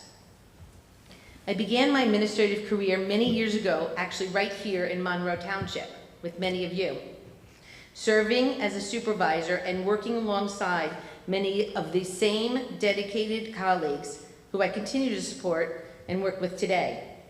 I share this because it's important to me that you understand that my deep connection to this district, to this school, to coming back to this community is more than just being a Mill Lake principal, which I've told you before has been one of the best experiences of my life, and I was very happy to get to return. During the March board meeting, the Mill Lake community came together with less than 2 days' notice to highlight the many successes we've experienced. Those achievements are not mine alone. Of course, they're all of the children and the teachers, which I constantly want to highlight because I'm nothing without them. Sorry. Those achievements are not mine alone. They are the direct reflection of Dr. Chanley's leadership and the belief in the possibility and the possibilities when schools are supported and inspired from the top down. Educators know what that looks like. When you are supported from the top down, they're not standing on a pedestal or not being in your buildings. They're actually working hand in hand with you. Over the past 3 years, Dr. Chanley has played an active and integral role in both the daily operations and the long-term successes of our school. She is not a distant figure. She is present, she's visible, and she's engaged. Whether attending our annual night of reading for 3 years in a row that I've seen her, and I'm sure it was continuous before that, our Veterans Day celebration, our beloved Halloween parade dressing up, she shows up. Not just as the superintendent, sometimes as Snow White, but someone who truly values and celebrates with the school community, and that is meaningful. Her presence at these events sends a very powerful message to the students, to the staff, and to the families that Mill Lake matters. Our children matter. Your children matter. Please know that she brings that same level of dedication and guidance, not just to my school, not just to Woodland School, but to all the schools. Dr. Chanley's support goes beyond celebration. When a beloved first grade teacher who was honored here tonight fell ill, she stepped in without hesitation. She assured parents and worked with me and came to my school and spoke to those that were affected to ensure that they were supported, that they knew that the district was behind them. Not just myself, not just my VP, but actually the district. She was the representative. That doesn't often happen. Dr. Chanley empowers me to be fully present in my school, oh my goodness, in my school, to make thoughtful, courageous decisions, and to continuously grow as a leader. Under her leadership, we have cultivated an environment at Mill Lake that is joyful, inclusive, and driven by growth mindset and high expectations. I'm almost done, I promise. I am proud of what we've built, and I'm deeply grateful for the guidance and heart that Dr. Chanley continues to pour into our schools and into our district, and I'm asking you to allow her to continue. Thank you. Thank you.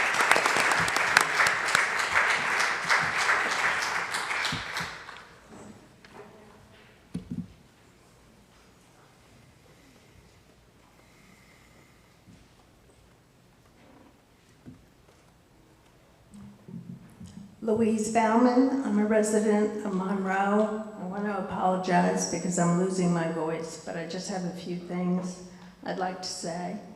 I'm asking the board to reinstate Dr. Sherry Chanley as superintendent.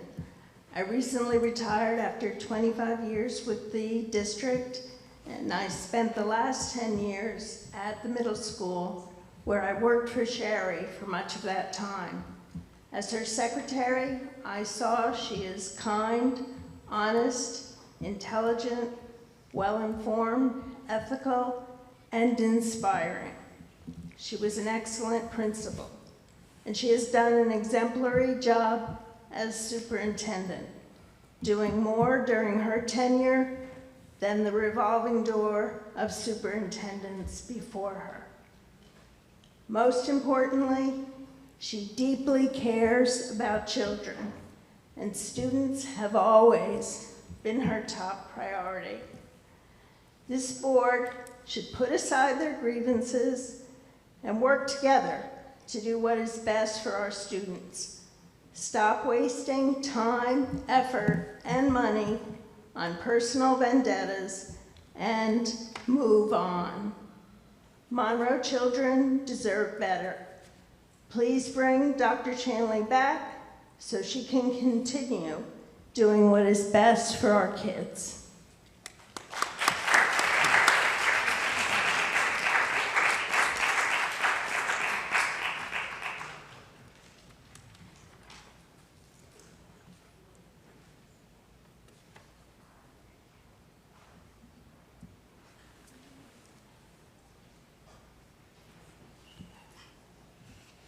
Hello, everybody. Good evening, members of the board and fellow community members. My name is Abir Jabber. I live on 6 Cedar Brook Road, and I'm a parent of 2 Monroe Township students in middle school and high school, both that were recognized today, so thank you for that. And one of whom, mom brag moment, is the first ever New Jersey elected student governor to be chosen from Monroe. That's Zane in the back over there. I'm here tonight, though, to express my support for Dr. Chanley and to call for her reinstatement as superintendent, given that we have not been provided with clear evidence in support of the decision for the suspension. Let me begin with the simple truth. Putting a superintendent on administrative leave without due process does not serve our students, our educators, or our taxpayers. While Dr. Chanley remains at home, her full salary continues, yet the district operates without the benefit of her leadership. That is not sustainable or responsible outcome. I can only speak from my direct experience, but it's but it's an experience shared by many in our large Monroe Muslim community, which represents a large number of community members here and one that is growing as well. Today, with others, including my partner, Sumaya El-Samra, who some of you have met in the past, we've worked closely with Dr. Chanley and the entire administrative team, I would say, and members of the Board of Education on a number of issues.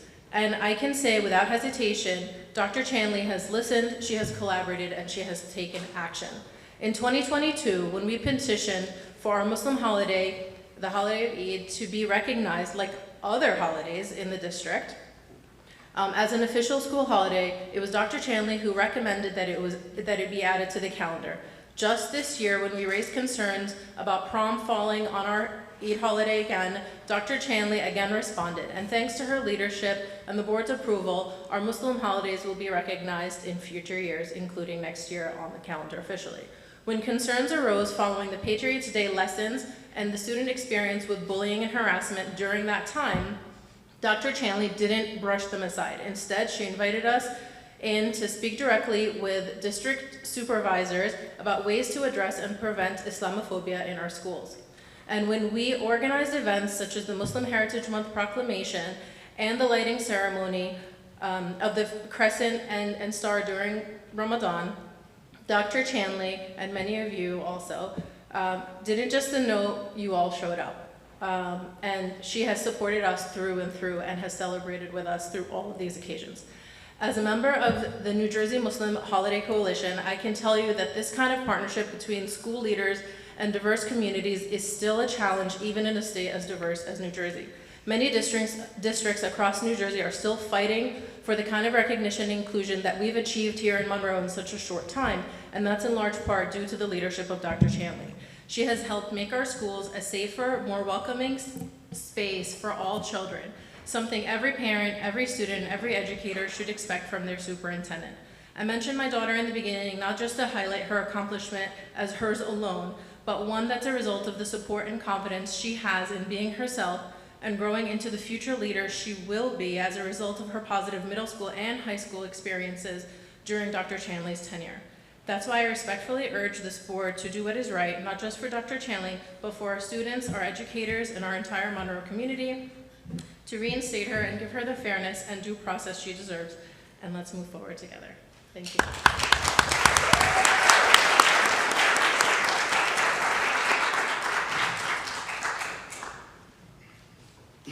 Good evening. Adam Elias, Monroe Township, 93 Old Church Road. Appeared before this board in the past as a father of 3 young children here in Monroe, as a aspiring yet failed politician. I appear tonight, though, as a proud and humbled to be legal counsel for Dr. Sherry Chanley.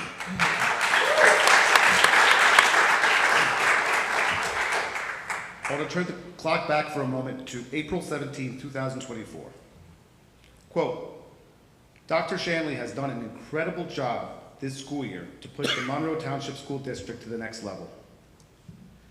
Her dedication as superintendent is unwavering. Under Dr. Chanley, the Monroe School District is a safe, caring, and healthy school environment. Dr. Chanley has been a strong advocate for community engagement, equity, and family engagement. That was April 17th, 2024. That's quoted directly from her evaluation. I have to ask, what the hell happened? What's changed in a year? It took me a while. I sat in my office for a while trying to piece things together. I had a lot of information, an overwhelming amount of information, thanks to my client, who just kept hammering me away with documents and with little snippets of information. I'm trying to piece it all together. All I could figure out was that 2 weeks later, on May 1st, 2024, Christy Skirby ended her wonderful tenure as board president and board member, and the board got a new president. And on that same day, the board president rescinded medical leave that was granted to the superintendent. And that was the start of a fact pattern that leads us to where we are now. You know, we talk about transparency. This board, if nothing, is transparent about its game of retaliation. That is the name of the game for the Monroe Township School Board. You read about a lot of these other actions that happen with other superintendents across the state, and usually it's one incident. It can be traced to one incident. There is an overwhelming pattern of retaliatory action tracing back to May 1st, 2024. And it's not always Dr. Chanley that's the victim. There is collateral damage along the way, most recently Dr. Chen. And I too join everyone else in thanking the board for doing some self-reflection and reversing that decision. You know, real politicians like to flex when they take on collateral damage. The most ruthless of them all will spill blood and they'll let it dry. You know, they'll double down on it. They know there may be consequences and they know there's going to be collateral damage and unintended consequences maybe, but they've made peace with it because they feel that the action that they're going to take outweighs the harms and the collateral damage. But the collateral damage here, it's our kids. It's our children. My kids, everyone else's kids. You know, the prevailing advice that my client receives is to shut up, sit back, grab a cocktail, and get paid to do nothing. She has a contract for 3 more years. Enjoy the leave. Reset your mind. She can't sleep. She wants to go back to work. She actually wants to come back to work here. You would argue that's a sociopath to want to come back to work here after the abuse she's taken. Hundreds of thousands of YouTube views. But she's earned that right to want to come back here. Assistant principal, acting principal, principal, assistant superintendent, superintendent for 22 years. This right here is malice. This is irreparable harm. This is actionable. And each and every one of you are liable for that. On a personal note, I have one rule in my practice. I don't sue the police and I don't sue my school district. I'm not bluffing. This is ready to be filed tomorrow. I don't want to file it. Please don't make me do it. And on a more personal note, on May 5th, 2025, I went to bed that night as a proud resident of Monroe. I really did. And I woke up the next morning outraged, mortified. Please don't make me go to sleep and do that again.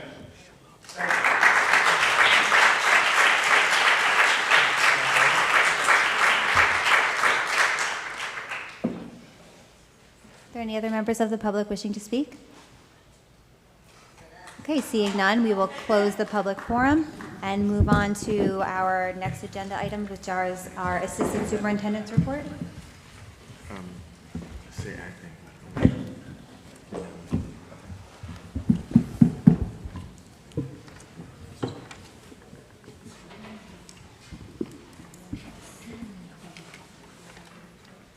Sure.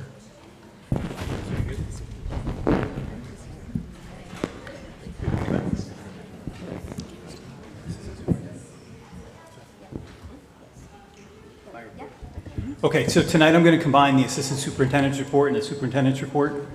The Assistant Superintendent's report is typically highlighting academic and athletic achievements and kind of bragging about our students and our staff. And I think we had a nice display of that this evening already, recognizing our retirees and finishing up our acknowledgements for our students. So I'm going to move right into our Acting Superintendent's report. So it's recommended for under personnel 10-member vote, items A through BC, that the board approve the acting superintendent's recommendations. Motion? Second. Motion by Ms. Ratner, second by Ms. Bora, correct? Yes. Okay. Any questions or comments? Okay, can we have a roll call, please? Yes. Ms. Alvarez? Yes. Ms. Bora? Yes. Ms. DePayne? Yes. Dr. Peck? Yes. Mr. Pirro? Yes. Ms. Ratner? Yes, recused due to conflict on R33 and AH3 for Mr. Ratner. Ms. Sharma? Yes. Mr. Tufano? Yes. Oh, I'm sorry. Sorry. Mr. Leichner? Yes. Ms. Fabiano? Yes. Motion passes. Under the personnel 9-member vote, it's recommended that the board approve personnel items B, D through DF. Motion. Second. Motion by Ms. Ratner, second by Ms. DePayne. Yes, or Ms. Bora? Okay. Whatever. Any questions or comments? Okay, can we have a roll call, please? Yes. Ms. Alvarez? Yes. Ms. Bora? Yes. Ms. DePayne? Yes. Mr. Piro? Yes. Ms. Ratner? Yes. Ms. Sharma? Yes. Mr. Tufano? Yes. Mr. Zeichner? Yes. Ms. Fabiano? Yes. Motion passes. Under board action, 10-member vote, it's recommended that the board approve the attached board action items A through AP. Motion. Second. Motion by Ms. Bora, second by Ms. Ratner. Are there any questions or comments? Ms. Ratner? Yep, I do just have a quick question on letter AH. The arbiter registration, it's an online registration platform. Is that something that goes along with GoFan? Is it something entirely different? That's what I'm- The two programs are together. It's the same parent company, and it's something that the athletic department uses. Okay. Yep. All right, thank you.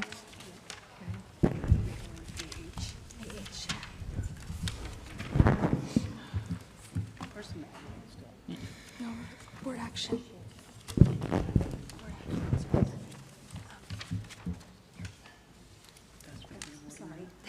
Sorry, one second.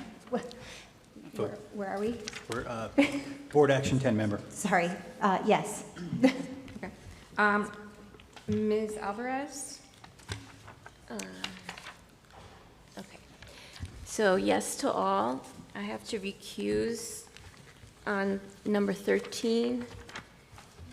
Letter B, any items related to the learning tree. And there's another. AH, items for the learning tree. Is number 1, AH number 1, recuse. Yes to the rest. I'm on the wrong one? Oh, I'm sorry. So we're on the 10-member. All right, never mind. Let's do that again. So yes. Yes. Okay. Yes. Okay, Ms. Bora? No on item E, and yes on everything else. Ms. DePayne? Yes. Dr. Peck? No to E, yes to everything else.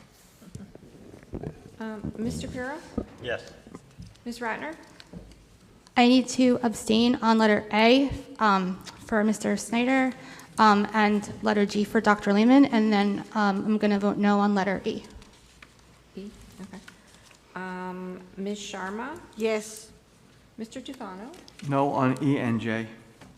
E and J. Okay. Mr. Zeichner? Yes. Ms. Fabiano? Yes. Okay, so we have, okay, motion passes.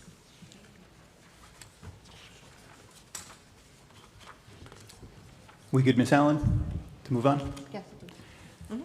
Sorry, the next item, next. Yep. Go ahead. It's recommended that the board approve board action items AQ through BC under the 9-member vote.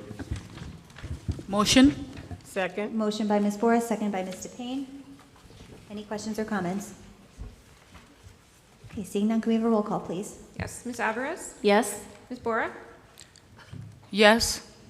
Ms. DePayne? Yes. Mr. Piro? Yes to all. I'm going to abstain on AX. Ms. Ratner? Yes to all, and I need to abstain on letter AQ for Ms. Francis. Okay. Ms. Sharma? Yes. Mr. Tufano? Yes. Mr. Zeichner? Yes. Ms. Fabiano? Yes. Motion passes. Okay, the next item on our agenda is our business administrator's report. It is recommended the board action items A through AI be approved by consent roll call under a 10-member vote. Motion? Second. Motion by Ms. Alvarez, second by Ms. Bora. Any questions or comments? I do have a question.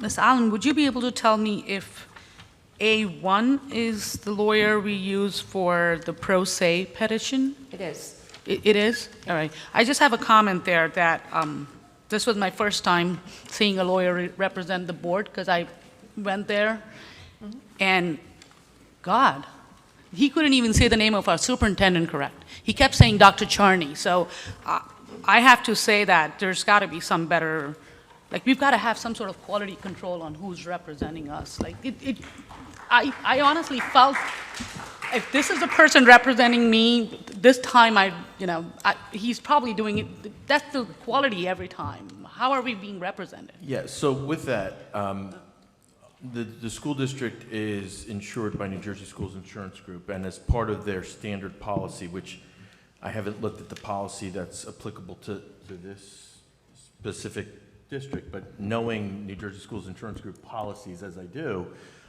there is an absolute right of the insurance carrier to pick and assign the insurance attorney to the school district. And So we cannot give any feedback, Mr. Weiss? we can absolutely give feedback. Because some of the arguments he made wasn't representative of this board at all. I don't think any one of us think ourselves as political. And he made it sound like this is political. I can certainly make the concern known to the insurance carrier. Thank you. That was my comment. Thank you. Any other questions or comments? Okay, can we have a roll call, please? Yes, Ms. Alvarez? Okay, so I'm going to say yes to all, but I'm going to recuse on number 13. Items related to the learning tree on the bill list. And to do AH, related to the learning tree, which is number 1. Okay. Ms. Bora? No to A1 and yes to all others. Okay. Ms. DePayne? Yes to all, but I have to abstain in the bill list where if it does refer to a member of my family. Dr. Peck? Yes. Mr. Pirro? Yes. Ms. Ratner? I'm going to recuse due to conflict on A1 and recuse on letter B for check numbers C, they're all C's, 07296, 07408, 07409, 07410, and then the bill list addendum number 1, numbers 07464, 05796, 07613, 07811, 07848, and 07772. And then recuse on letter AH for Methessel and Warble and the Law Office of David Rubin. Okay. That's all. Ms. Sharma? Yes. Mr. Tufano? Yes to all and no on A1. Okay. Mr. Zeichner? Yes. Ms. Fabiano? Yes to all, recuse on the bill list for Methessel Rebel. Okay. Motion passes. Okay, then the next item on our agenda is the board president's report. I'm going to keep this brief. I do want to once again congratulate all of our award recipients tonight and all of our retirees. Happy Father's Day to everybody celebrating Father's Day this weekend. Graduation is next Friday, so congratulations to all of our graduating seniors. And I hope that everybody has a happy and healthy summer, and we will see everybody back in September before we know it. And then that will move us on to other board business. Are there any other any board members wishing to speak? Ms. Ratner. Yep. So I just wanted to share a few or highlight just a couple of the events that I had the opportunity and pleasure of attending, either as a parent or as a board member, or in some cases both. One was the Unified Field Day. I very much enjoy being able to participate and see all the stuff that goes on there every year. This year I was duly blessed because 2 of my children were Unified buddies, and so I really got to see it from their eyes as well, and it's just honestly an amazing event for our entire school community, and so I really do appreciate that opportunity of being able to attend. And then I also, I did just want to share that when the last week it was the chorus, they had the band and chorus trip, and obviously I could speak, pertaining to the band plenty, but my daughter did share with me that the chorus actually received a nearly perfect score, which is apparently almost unheard of. And so, we heard like the actual award that they received, but that was this numerical thing that's apparently, tremendous in its own right. So I did just want to share that. And then finally, I know we have a lot of promotions and graduations that are coming up. I got to go to the Mill Lake Kindergarten show, which was wonderful. My littlest one was performing, which, was kind of bittersweet for me, but then, my son said you could just have another one, and I said no, and we left it there. And then next week, I look forward to attending the middle school graduation. I might have missed something for that. I know we've usually gotten something, but I'll be there as a parent either way, as well as, then the high school graduation at the culmination of the school year. And I just want to congratulate all of our graduates and thank all of our staff members and administrators for a fantastic school year. Mr. Tufano.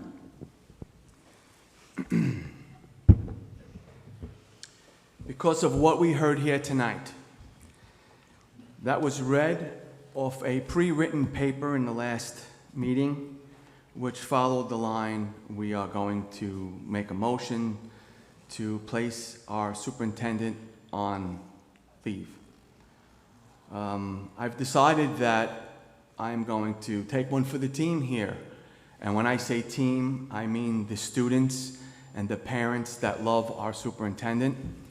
If anybody needs to know how to file an ethics charge, email me and I'll tell you how to do it. So here goes. In our last meeting, and I'm not supposed to tell the public this, but I'm gonna, there were 4 reasons given. And Ms. Chanley, before I do this, do I have your permission? Because I know you're losing sleep because nobody's told you yet, so I'm gonna do it. Because I know your staff is probably also upset that they don't know it. And before this continues and people start to lose respect for you, I want the entire town to realize how stupid this is. So, number 1 reason, and I'm not going to say who said what, but I'm going to tell you what was said. The first thing that bothered someone was Dr. Chanley wasn't mentored. That was easily resolved because you weren't mentored. Okay. The second thing was she doesn't tell me any updates of the programs I vote yes for. Ridiculous. Okay. The third thing was Dr. Chanley emailed Mary Ann Friedman and asked that Katie Fabiano and Pete Pirro not be part of her evaluation. I'm sure every resident in this town can understand why. And I'm going to tell you what my opinion is. Pete Pirro was the director of security here who resigned because he did not want to take direction from a strong woman who was running this district. So he resigned. And he ran for the board as a revenge because he doesn't care about the students in this district. That's my opinion. Okay. Katie Fabiano's husband has made literally a hobby out of destroying people's lives in this town.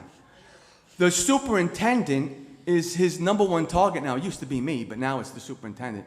I'm sorry that, you're number 1. I'd rather be number 1 for you.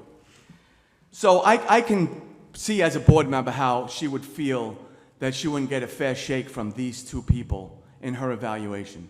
Now, this was emailed to her. It wasn't done with a phone call or in secret. It was done transparently.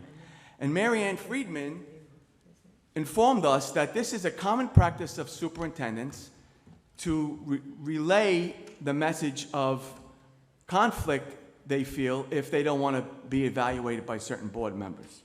So nothing was done illegal there, in my opinion. I'm not a lawyer. There's one sitting right over there. You could ask him. The last and most ridiculous one of all, in my opinion, was... Madam President. Yeah, Madam President, nothing. I'm speaking. Madam I have the floor. President, Point of order. The last thing I have a point of was order, that please. Shari It's does other the board business. evaluations of her husband's supervisors. Her husband is a tenured employee of the district who's had 20-plus years of excellent reviews. Nothing that Shari can do would affect him negatively or positive at this point. So there's no benefit for her evaluating her husband's supervisors. As it is, her son, who was hired by the previous superintendent, had to quit his position because this board said her son was conflicted and she could not approve his employment here. Now, like I said, I put it all on the line here. I'm sure I'm going to get some ethics charges. Charlie just tried to stop me because this is upsetting people. This woman has dedicated her life to our students. 20 plus years, moved here to get closer to the school so she can be around during emergencies and be part of the community without having to travel back and forth. Literally moved here to help the students in this district. And from what we've heard here tonight, the students and the staff are very happy with the job she's doing. This was done, like some residents said, out of personal vendettas. So I'd like to make a motion tonight to rescind and reinstate her as superintendent and stop the nonsense before this district faces severe litigation that's going to cost this district a lot of money. Second. Any questions or comments?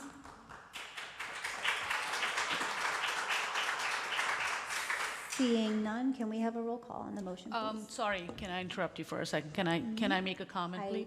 Yeah. Yes, thank you. Because this motion is on the table, I do also want to start first by thanking everybody that came out. There's a lot of keyboard warriors in Monroe, but the people that took the time on their busy weeknight and showed up here to show their support for Dr. Chanley, I am grateful for them. Whatever Mr. Tufano shared and the motion that he made is really the right path for us to take as board members. Like a few taxpayers standing here said, she has a contract till 2028. Any decision we make on her paid administrative leave, given that we've not followed due process so far, is going to cost us litigation money. And all of us, our North Star on this table is student success and our commitment to the taxpayers to fiscally improve education in town.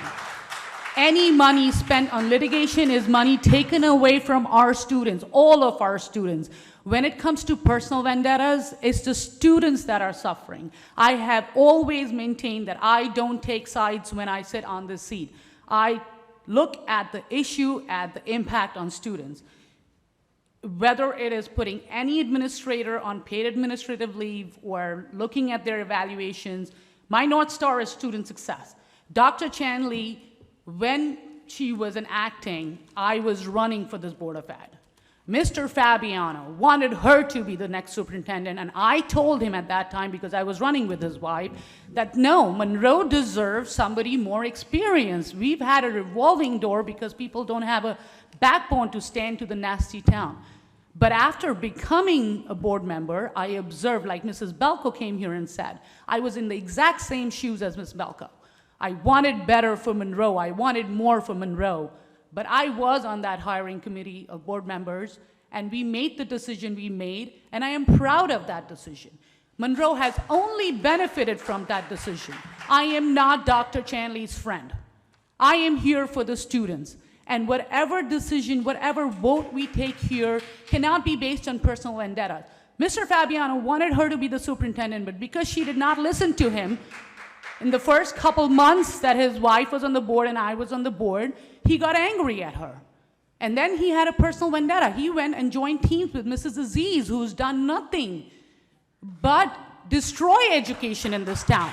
I don't understand why that page is called Monroe Township Education page, because that doesn't talk about education at all. It only talks about people and how bad people are. People like me who are so bad, who've been sitting on this board, volunteering my time, trying to focus on programs, get more funding for Monroe, but I'm bad, I'm evil.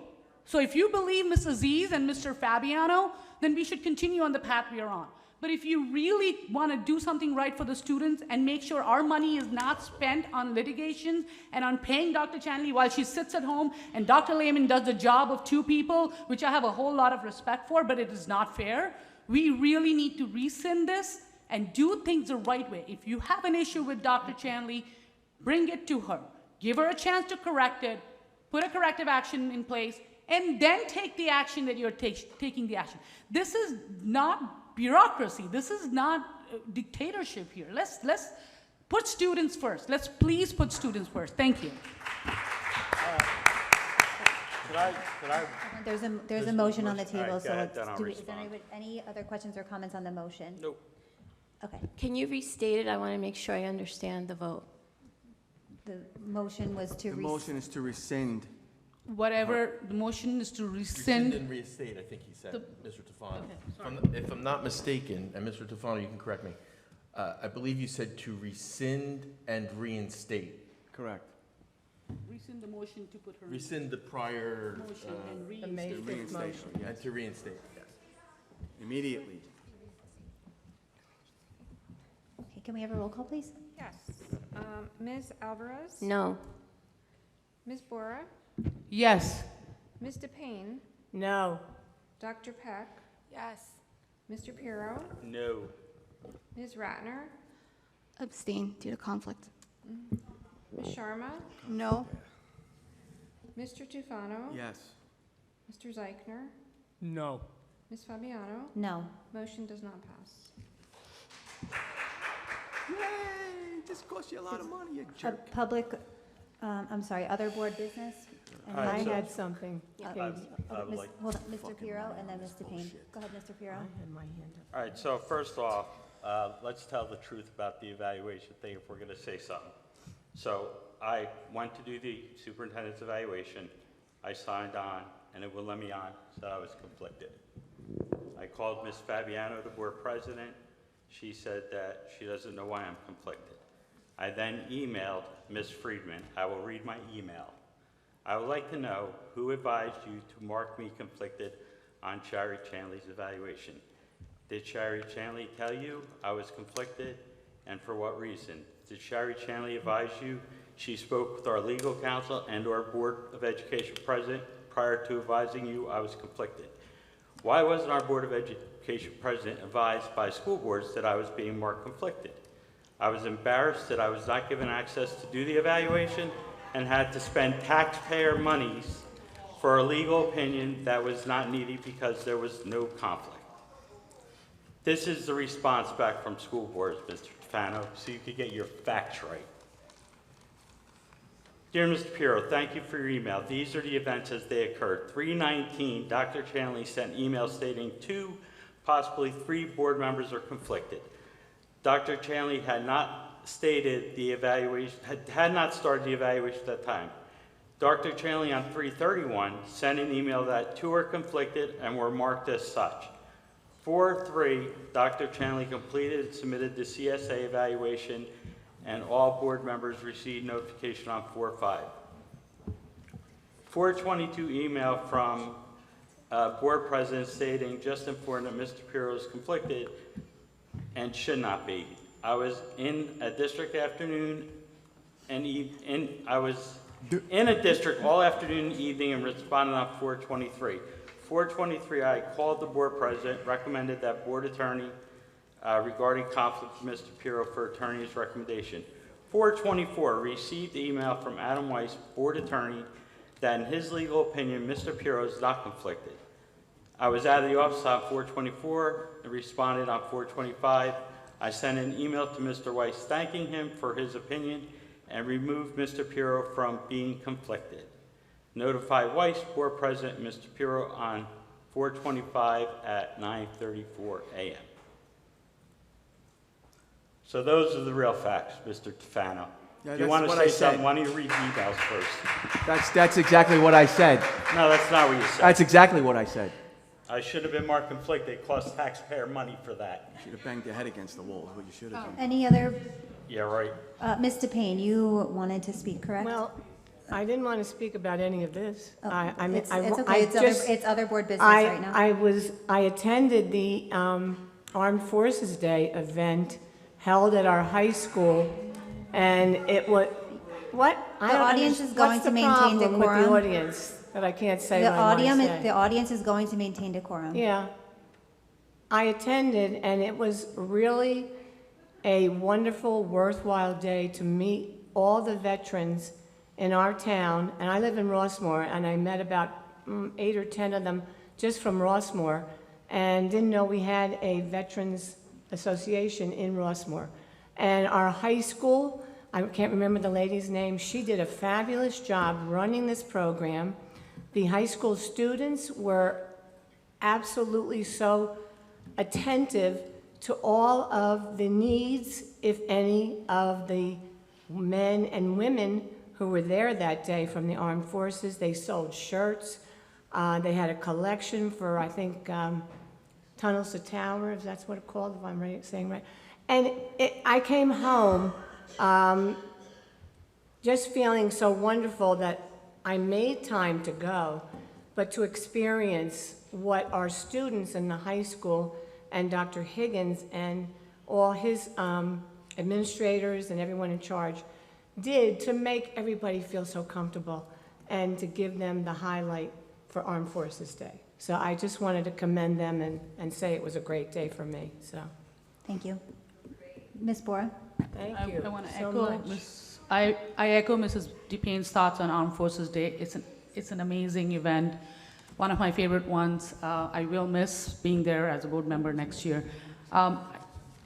In response to what Mr. Pirro said about the whole process, I just want to state a simple fact that the controversy here is that Dr. Chanley did something she couldn't do, whereas that's not right. Dr. Chanley did what superintendents tend to do. So I'm going to read the email that I wrote to the entire board after a conversation with Ms. Friedman, and I copied Ms. Friedman here. So just like you read an email, I'm just going to read the email that I communicated my conversation with Ms. Friedman and what she said.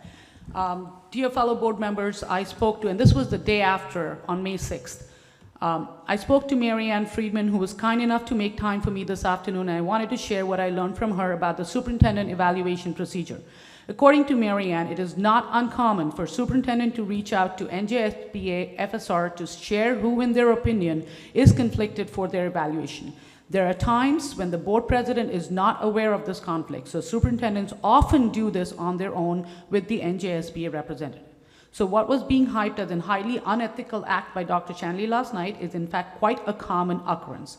What happened afterwards is also due process. If the board member does not agree, they can tell the president or the NJSBA representative themselves and are usually asked to get advice from their board attorney to prove otherwise. If successful in proving otherwise, they get the chance to evaluate, like it happened with Mr. Pirro. What was being explained in the closed session by the board president and the vice president as a highly unethical act by the superintendent is in fact quite usual. I have copied our NJSBA FSR to this email, so if anyone would like to confirm my conversation, please do so by reaching out to Mary Ann Friedman. I would like to urge you to understand that not everything that was said in the closed session was factually correct. There are assumptions and personal opinions being thrown around, and using that to put the superintendent on administrative leave without any warning or discussion was not the right way to handle the situation. It was not a solution-minded approach. She's a tenured staff member with a contract till June 28.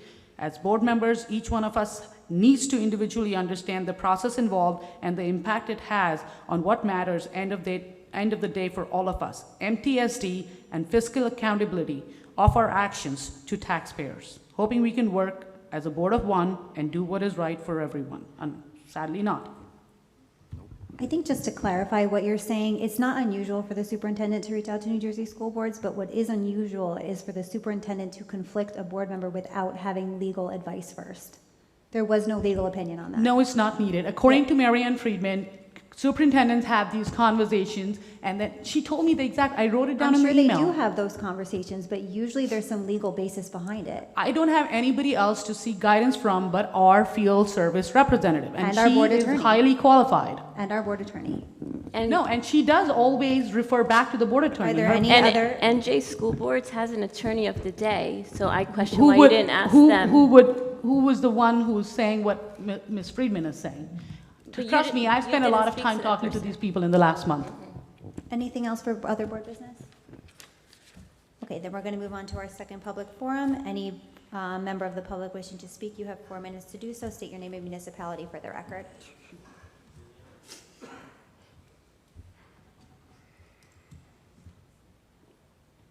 Hello, can you hear me? Hi, my name is Ganeshwar Aslamastla. Address is 283 Morning Glory Drive, Monroe, New Jersey. I recently heard about the superintendent being put on administrative leave, and I feel that the board members and the board should take careful consideration in resolving this dispute and not taking any opinion which will just waste the taxpayer dollars of Monroe Township. I'm a parent. My daughter is in 8th grade, and I feel we have a wonderful school district, and I request the board to do whatever it can so that we, the taxpayer, are not spending, as the board is not spending hard-earned taxpayer dollars to a legal fight which is not required. So I really urge the board to go over this thing, resolve the conflict, and reinstate Dr. Chanley. She's a wonderful superintendent. Last time, just give you an example, like we had an issue with the warehouse issue for near my community, and then I reached out to her, and she was very much available to respond quickly. So I feel that she is a wonderful school superintendent, and we want her to be reinstated as soon as possible. Thank you so much.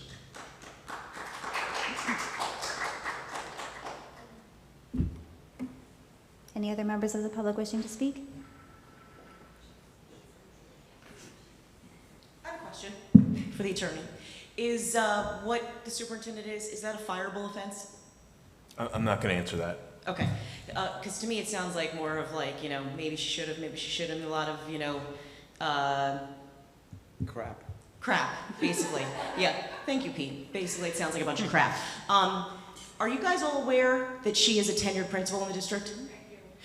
Do you know how much that's going to cost everybody to keep her here as a tenured principal? That she can't be fired because she is a tenured principal? I hope you all think about that at the end of the day, okay? I live in Jamesburg, I don't live in Monroe, but my in-laws live in Monroe. They're retired. So I hope you think about every dime, dollar, and cent of the taxpayers and how much it's going to cost you. And I hope it costs you all personally. You need to think about it, because this is all a vendetta. You've had this planned since you got rid of me and Chrissy Skirby and the rest of the board majority. So you got your way now, and I hope you're all embarrassed. Hope you lay your heads down on your pillow at the end of the day and know what you're doing.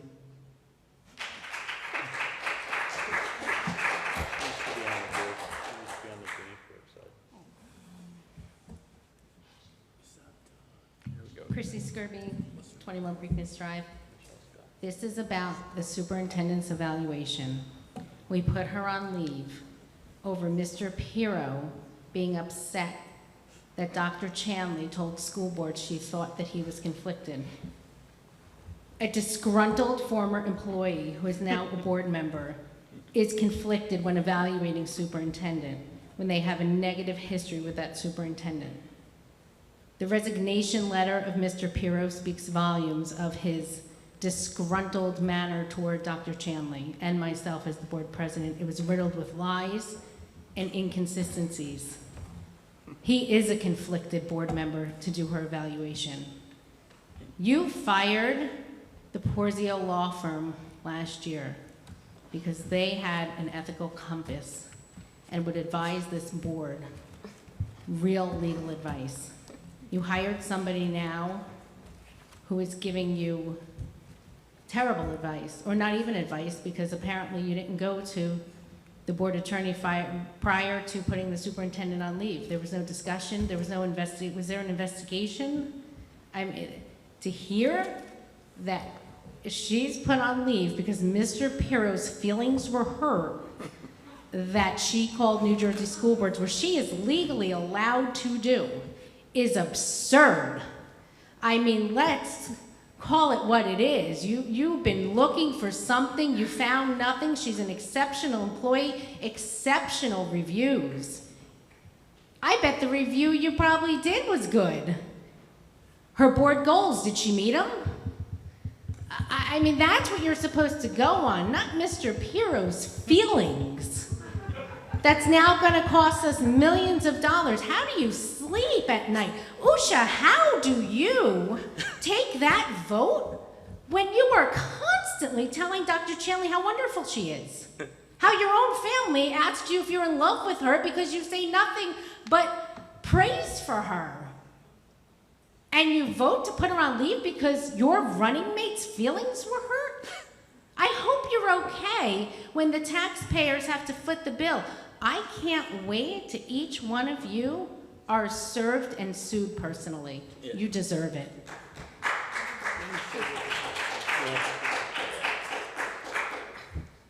Anybody else wishing to speak? Okay, then seeing none, we're going to be having a oh. Do you want to speak? Okay.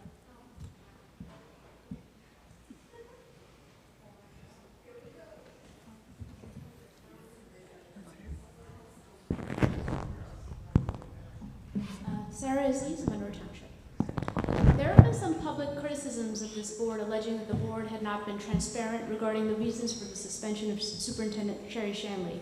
As someone who's been following this board for years, it's my understanding that the board could not discuss confidential personnel matters in public, and if they do, they could be subjected to lawsuit.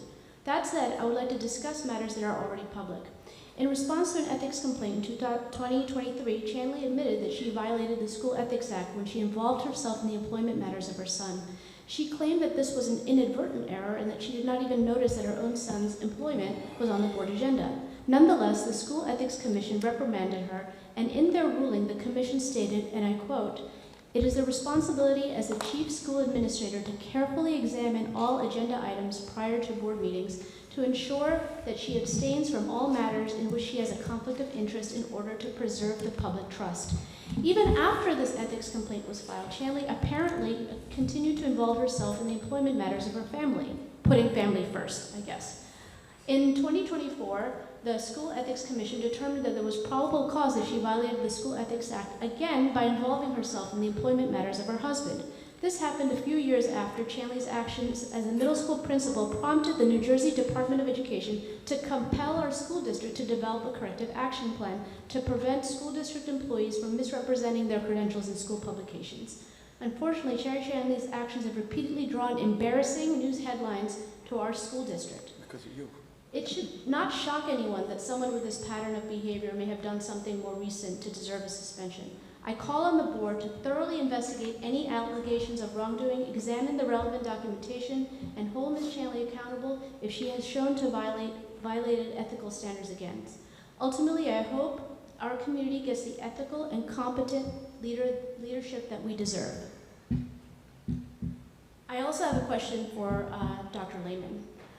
Dr. Lehman, as you continue in this role, will you also support having the Eid holidays as a school holiday on the school calendar, along with the Jewish holidays and the Christian holidays and the Hindu holidays?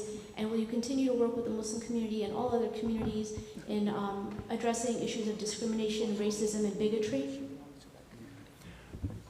So I was a part of, yes, of course, and I was a part of the engagement in the district staff that met with, you know, all the communities, and we certainly would support any holidays moving forward. You know, we have to develop next year's calendar. We typically start that over the summer into the fall, so we will certainly take a look at, you know, anything that's on the table.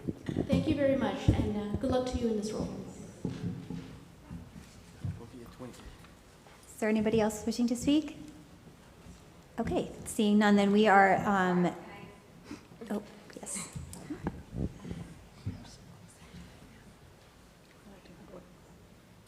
Hi, Roshni Shah, Monroe Township. Not sure if I had to repeat it again, but just in case. I'm fairly certain that everything that was just said was not brought up by Mr. Tufano in terms of what was discussed for the review. So it's actually super irrelevant, and I'm not even sure why we're discussing things that have been brought up in the past. What's the most relevant is Dr. Chanley's evaluation now, what took place last month and what will take place tonight. It is not, has nothing to do with what she has spoken about in the past.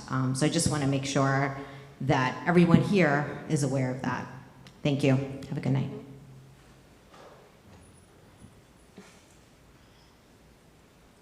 Adam Elias, Monroe Township. I just want to confirm, Mr. Weiss, did you receive the notice that Dr. Chanley wanted her evaluation to be held out in public? Yes. Is that still going to take place tonight? I think we kind of just spoke about that, but to the extent that I didn't really hear an evaluation of Dr. Chanley. I heard about to the extent that the board is going to discuss Dr. Chanley's evaluation, it will be done in public. Okay. Will that be this evening? Right now. Right now. Okay. Thank you.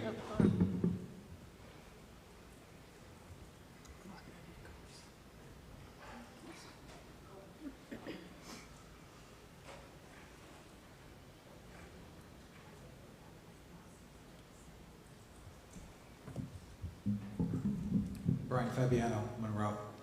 I'll address the elephant in the room. I wasn't going to say anything.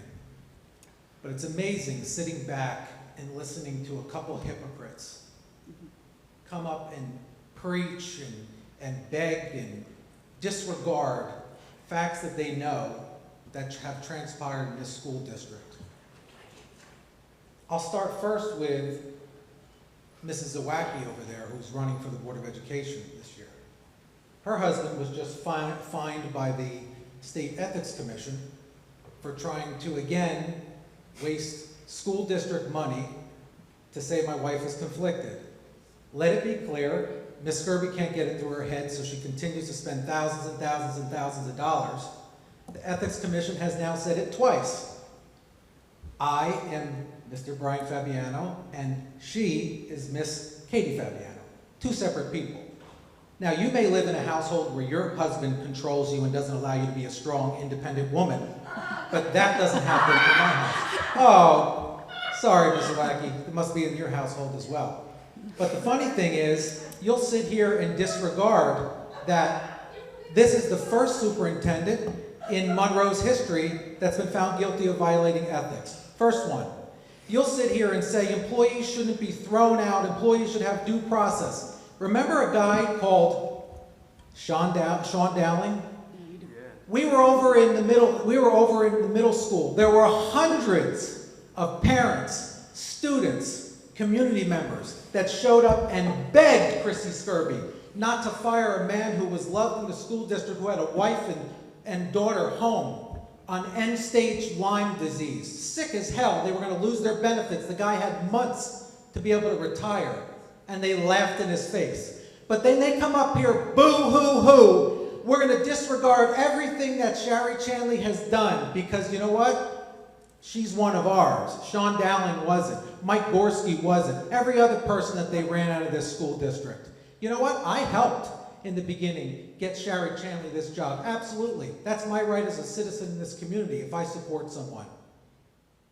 And you know what? When she got in the job and she said, I'm not running the school district, Chrissy Skirby is running the school district, I knew instantly she was not the one for the job. When she allowed Chrissy Skirby to steal money from the sports programs, steal money from the booster club, decorum in the audience. Excuse me, I'm speaking.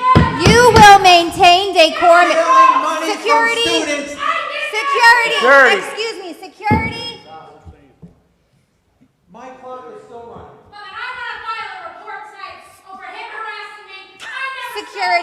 Security, can you escort her out, please, if she can't maintain decorum?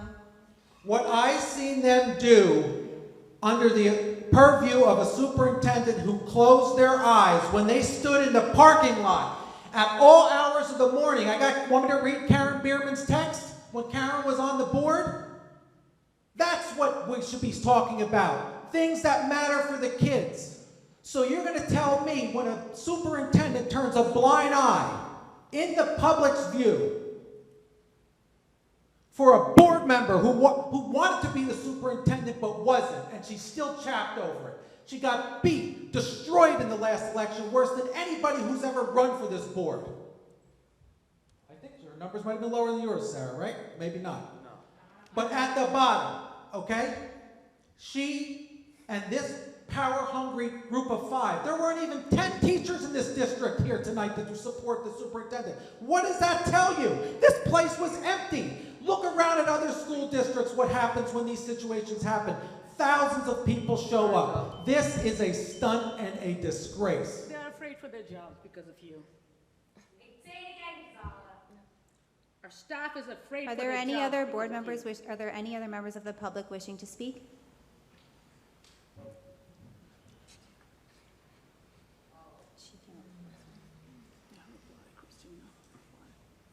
You already know my name because he likes to say it a lot. Christina Zawacki, Monroe Township.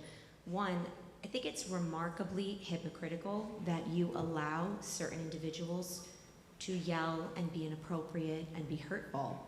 And when other people react in a way that might be impassioned because they're irritated by what they're hearing, same thing isn't done.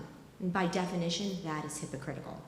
Additionally, when people are walking up to the microphone, you might want to whisper about them a little bit lower because your mic is very sensitive and it picks things up. It's really an atrocity to see what's going on. People are uncomfortable. People hand things in to be read anonymously, sometimes not anonymously, because there is this overwhelming, layering of fear. You are supposed to be here for the public, and you are listening to a brazen few who are allowed to spew their nonsense. And it's absolutely absurd. It's embarrassing. Things are being said that, one, aren't validated, two, I don't know if it's rumors, and three, you're allowing it. Whether you're allowed to say certain things or not, screaming for security or letting certain people say things and other people are not allowed to, that's a problem. It's part of the reason why people don't always show up.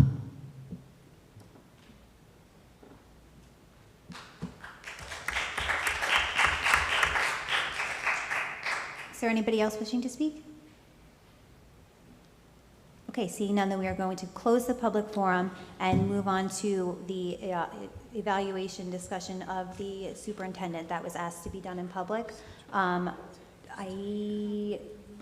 Ratner, Mr. Weiss should... Mr. Weiss, help me out here. Yeah, so this is weird. I'm going to put that out there. We're doing now a superintendent's evaluation in public. It's a public meeting.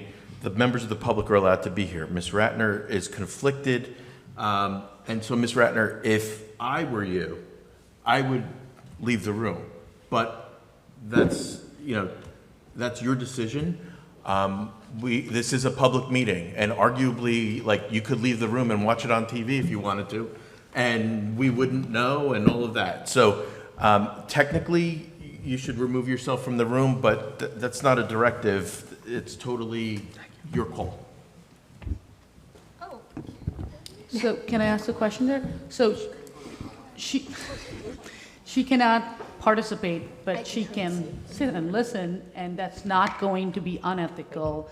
And I heard your advice that she shouldn't be in a room where this is being... All I can tell you is that my recollection of all school ethics advisory opinions that talk about conflicts and conflicted board members indicate that board members are to remove themselves from the conversation, the situation, the location of the conversation. So I can only be guided by that. If it were me, I would leave, but again, I'm not telling anybody to leave. Totally up to you, Ms. Ratner. There's no action to be taken after this. Oh, okay. All right. I guess I'll go. I can't say anything anyway, so I know for sure. This is just... yes. And also, by the same token, Dr. Lehman and Ms. Allen, as employees, typically the subordinates of the superintendent leave the room when we're in executive session talking about an evaluation. But again, I'm not telling anybody to leave. They can if they want to. Dr. Lehman, Ms. Allen, are you guys leaving? And to the extent they step out, I just suggest that the board appoint someone temporarily to take the minutes, and I would suggest that we do that right now. Okay, Okay, can I have a motion to appoint an acting secretary? I'd like to nominate Carmen as the acting secretary. Is there a second? Motion to make. Second. Second by, okay, motion by Mr. Pirro, second by Ms. Bora to make Ms. Alvarez the acting secretary. Roll call or? Roll call. Any questions, discussion? Yeah. Any questions or discussion about acting secretary? Roll call. Okay, we need a roll call vote. Ms. Alvarez, yes. Ms. Bora? I'm sorry, what are we voting on? We're voting to make Ms. Alvarez the acting secretary. For this, Yes, For- yeah. Okay. Sorry. Mr. Tufano? Yes. Dr. Peck? Yes. Mr. Payne? Yes. Ms. Sharma? Yes. Ms. Fabian? Oh, you're last, right? Okay, Mr. Zeichner? Yes. Mr. Pirro? Yes. And Mrs. Fabian? Yes. Okay.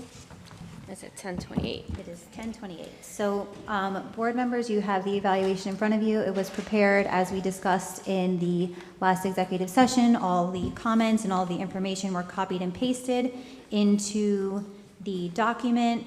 There are additional comments at the end.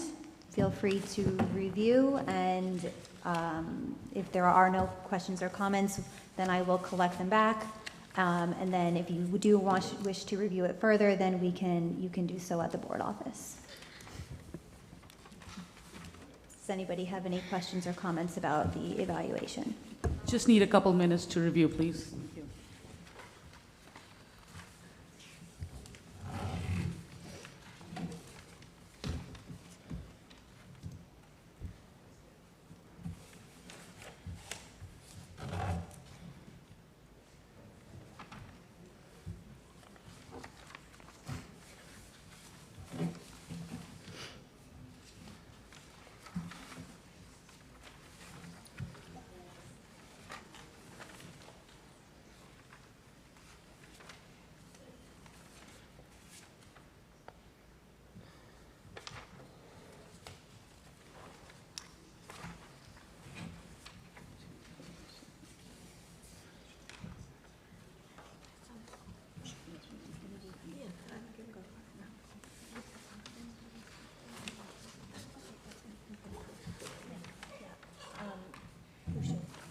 Yeah, she's Just when she leaves.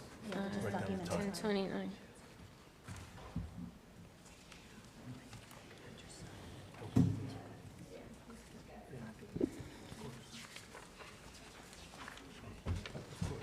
You're a good mom.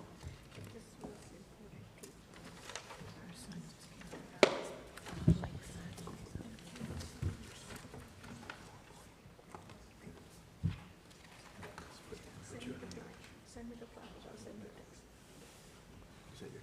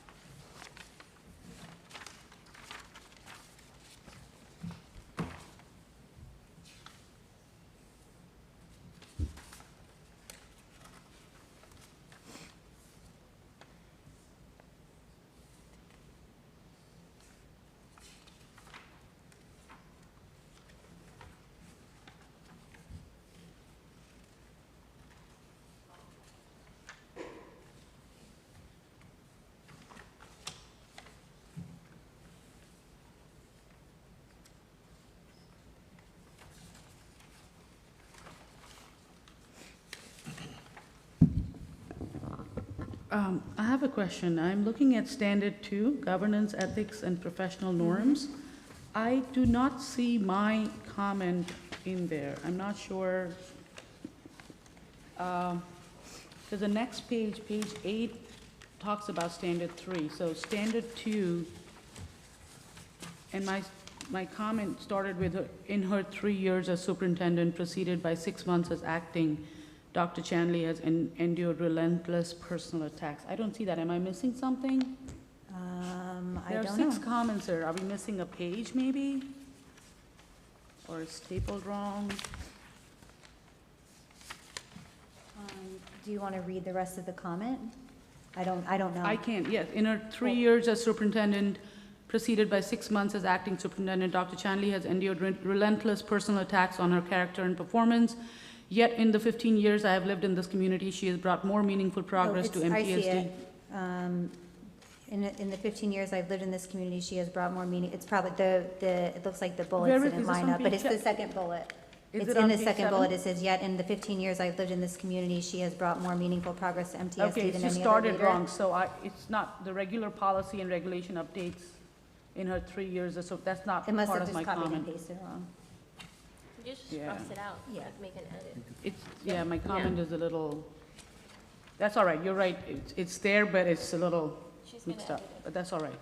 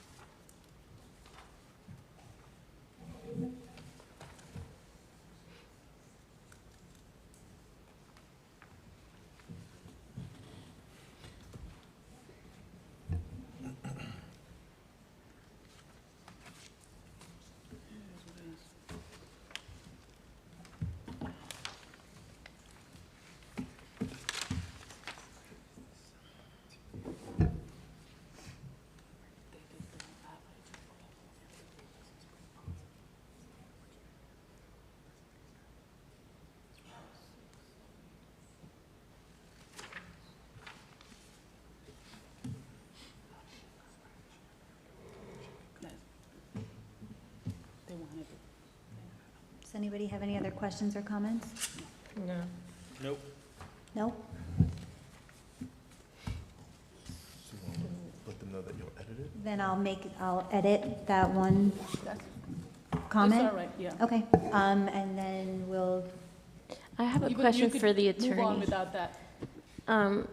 So when Mr. Tufano shared information that was discussed last board meeting, he wasn't really accurate, and I feel like the public got a wrong opinion on what was discussed. It wasn't just the one issue that was discussed, so I don't know if we need to clarify, or we can just see.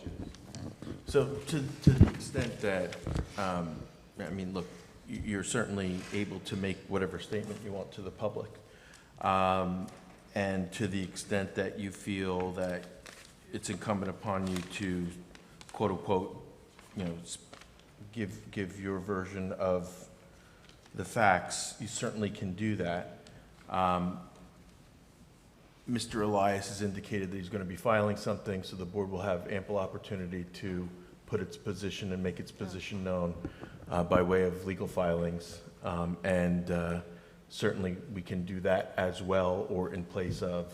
Okay. So there will be ample opportunity to have the different versions known. Thank you.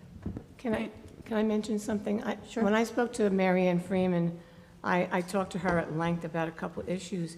She told me that even at this type or time of an evaluation, we can change our mind on what we said depending on or pertaining to what other people have said in a group. So she said, I mean, it's down in writing, but we had a chance to say, you know what, I forgot that, and maybe I should have put that in there.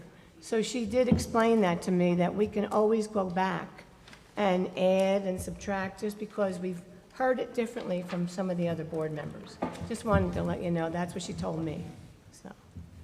And if I can add, I don't know if this is something that the attorney or Dr. Chanley are going to speak to later, but one of my concerns was the thing that was brought forward by Ms. Fabiano and Ms. Alvarez, was that how's she doing the evaluations for her husband's supervisors, right? So it's definitely a flag. You know, if it's not right, why is Dr. Chanley doing it? We need to follow due process everywhere. So that was a question in my mind, and apparently when Dr. Chanley was made acting or superintendent, I don't know at what time, she got legal advice on what she can and cannot do or shouldn't do, and this wasn't an advice given to her. So, you know, and right now, Mr. Weiss has looked at it again, and it's the advice that he can give to her, but again, not concerning enough to put her on administrative leave.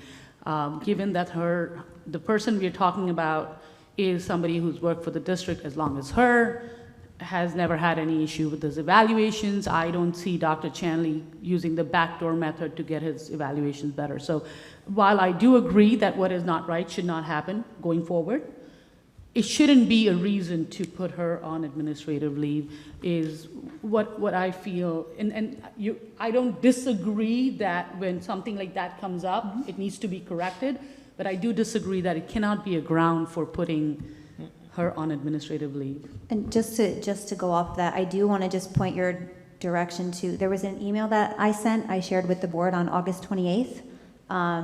April 20th? August 28th, last August, August 28th. Read that document, because in that document, it will explicitly state what you're talking about and that it shouldn't happen. And, you know, since we're discussing, you know, this issue, to the extent you want to identify the document, say Sure. what it is, so that Ms. Bora. It's the probable cause notice that the board receives in August from the Ethics Commission. What was it? What was the case? 924. That was the C924. Sorry, what was it Decision on about? probable cause. What was it about? I wouldn't remember from the number. That was You could read the caption. So the title of the case? right here. The case that's being referred to is, and I'm going to butcher the name, and I apologize, so let me actually get my better glasses. Vala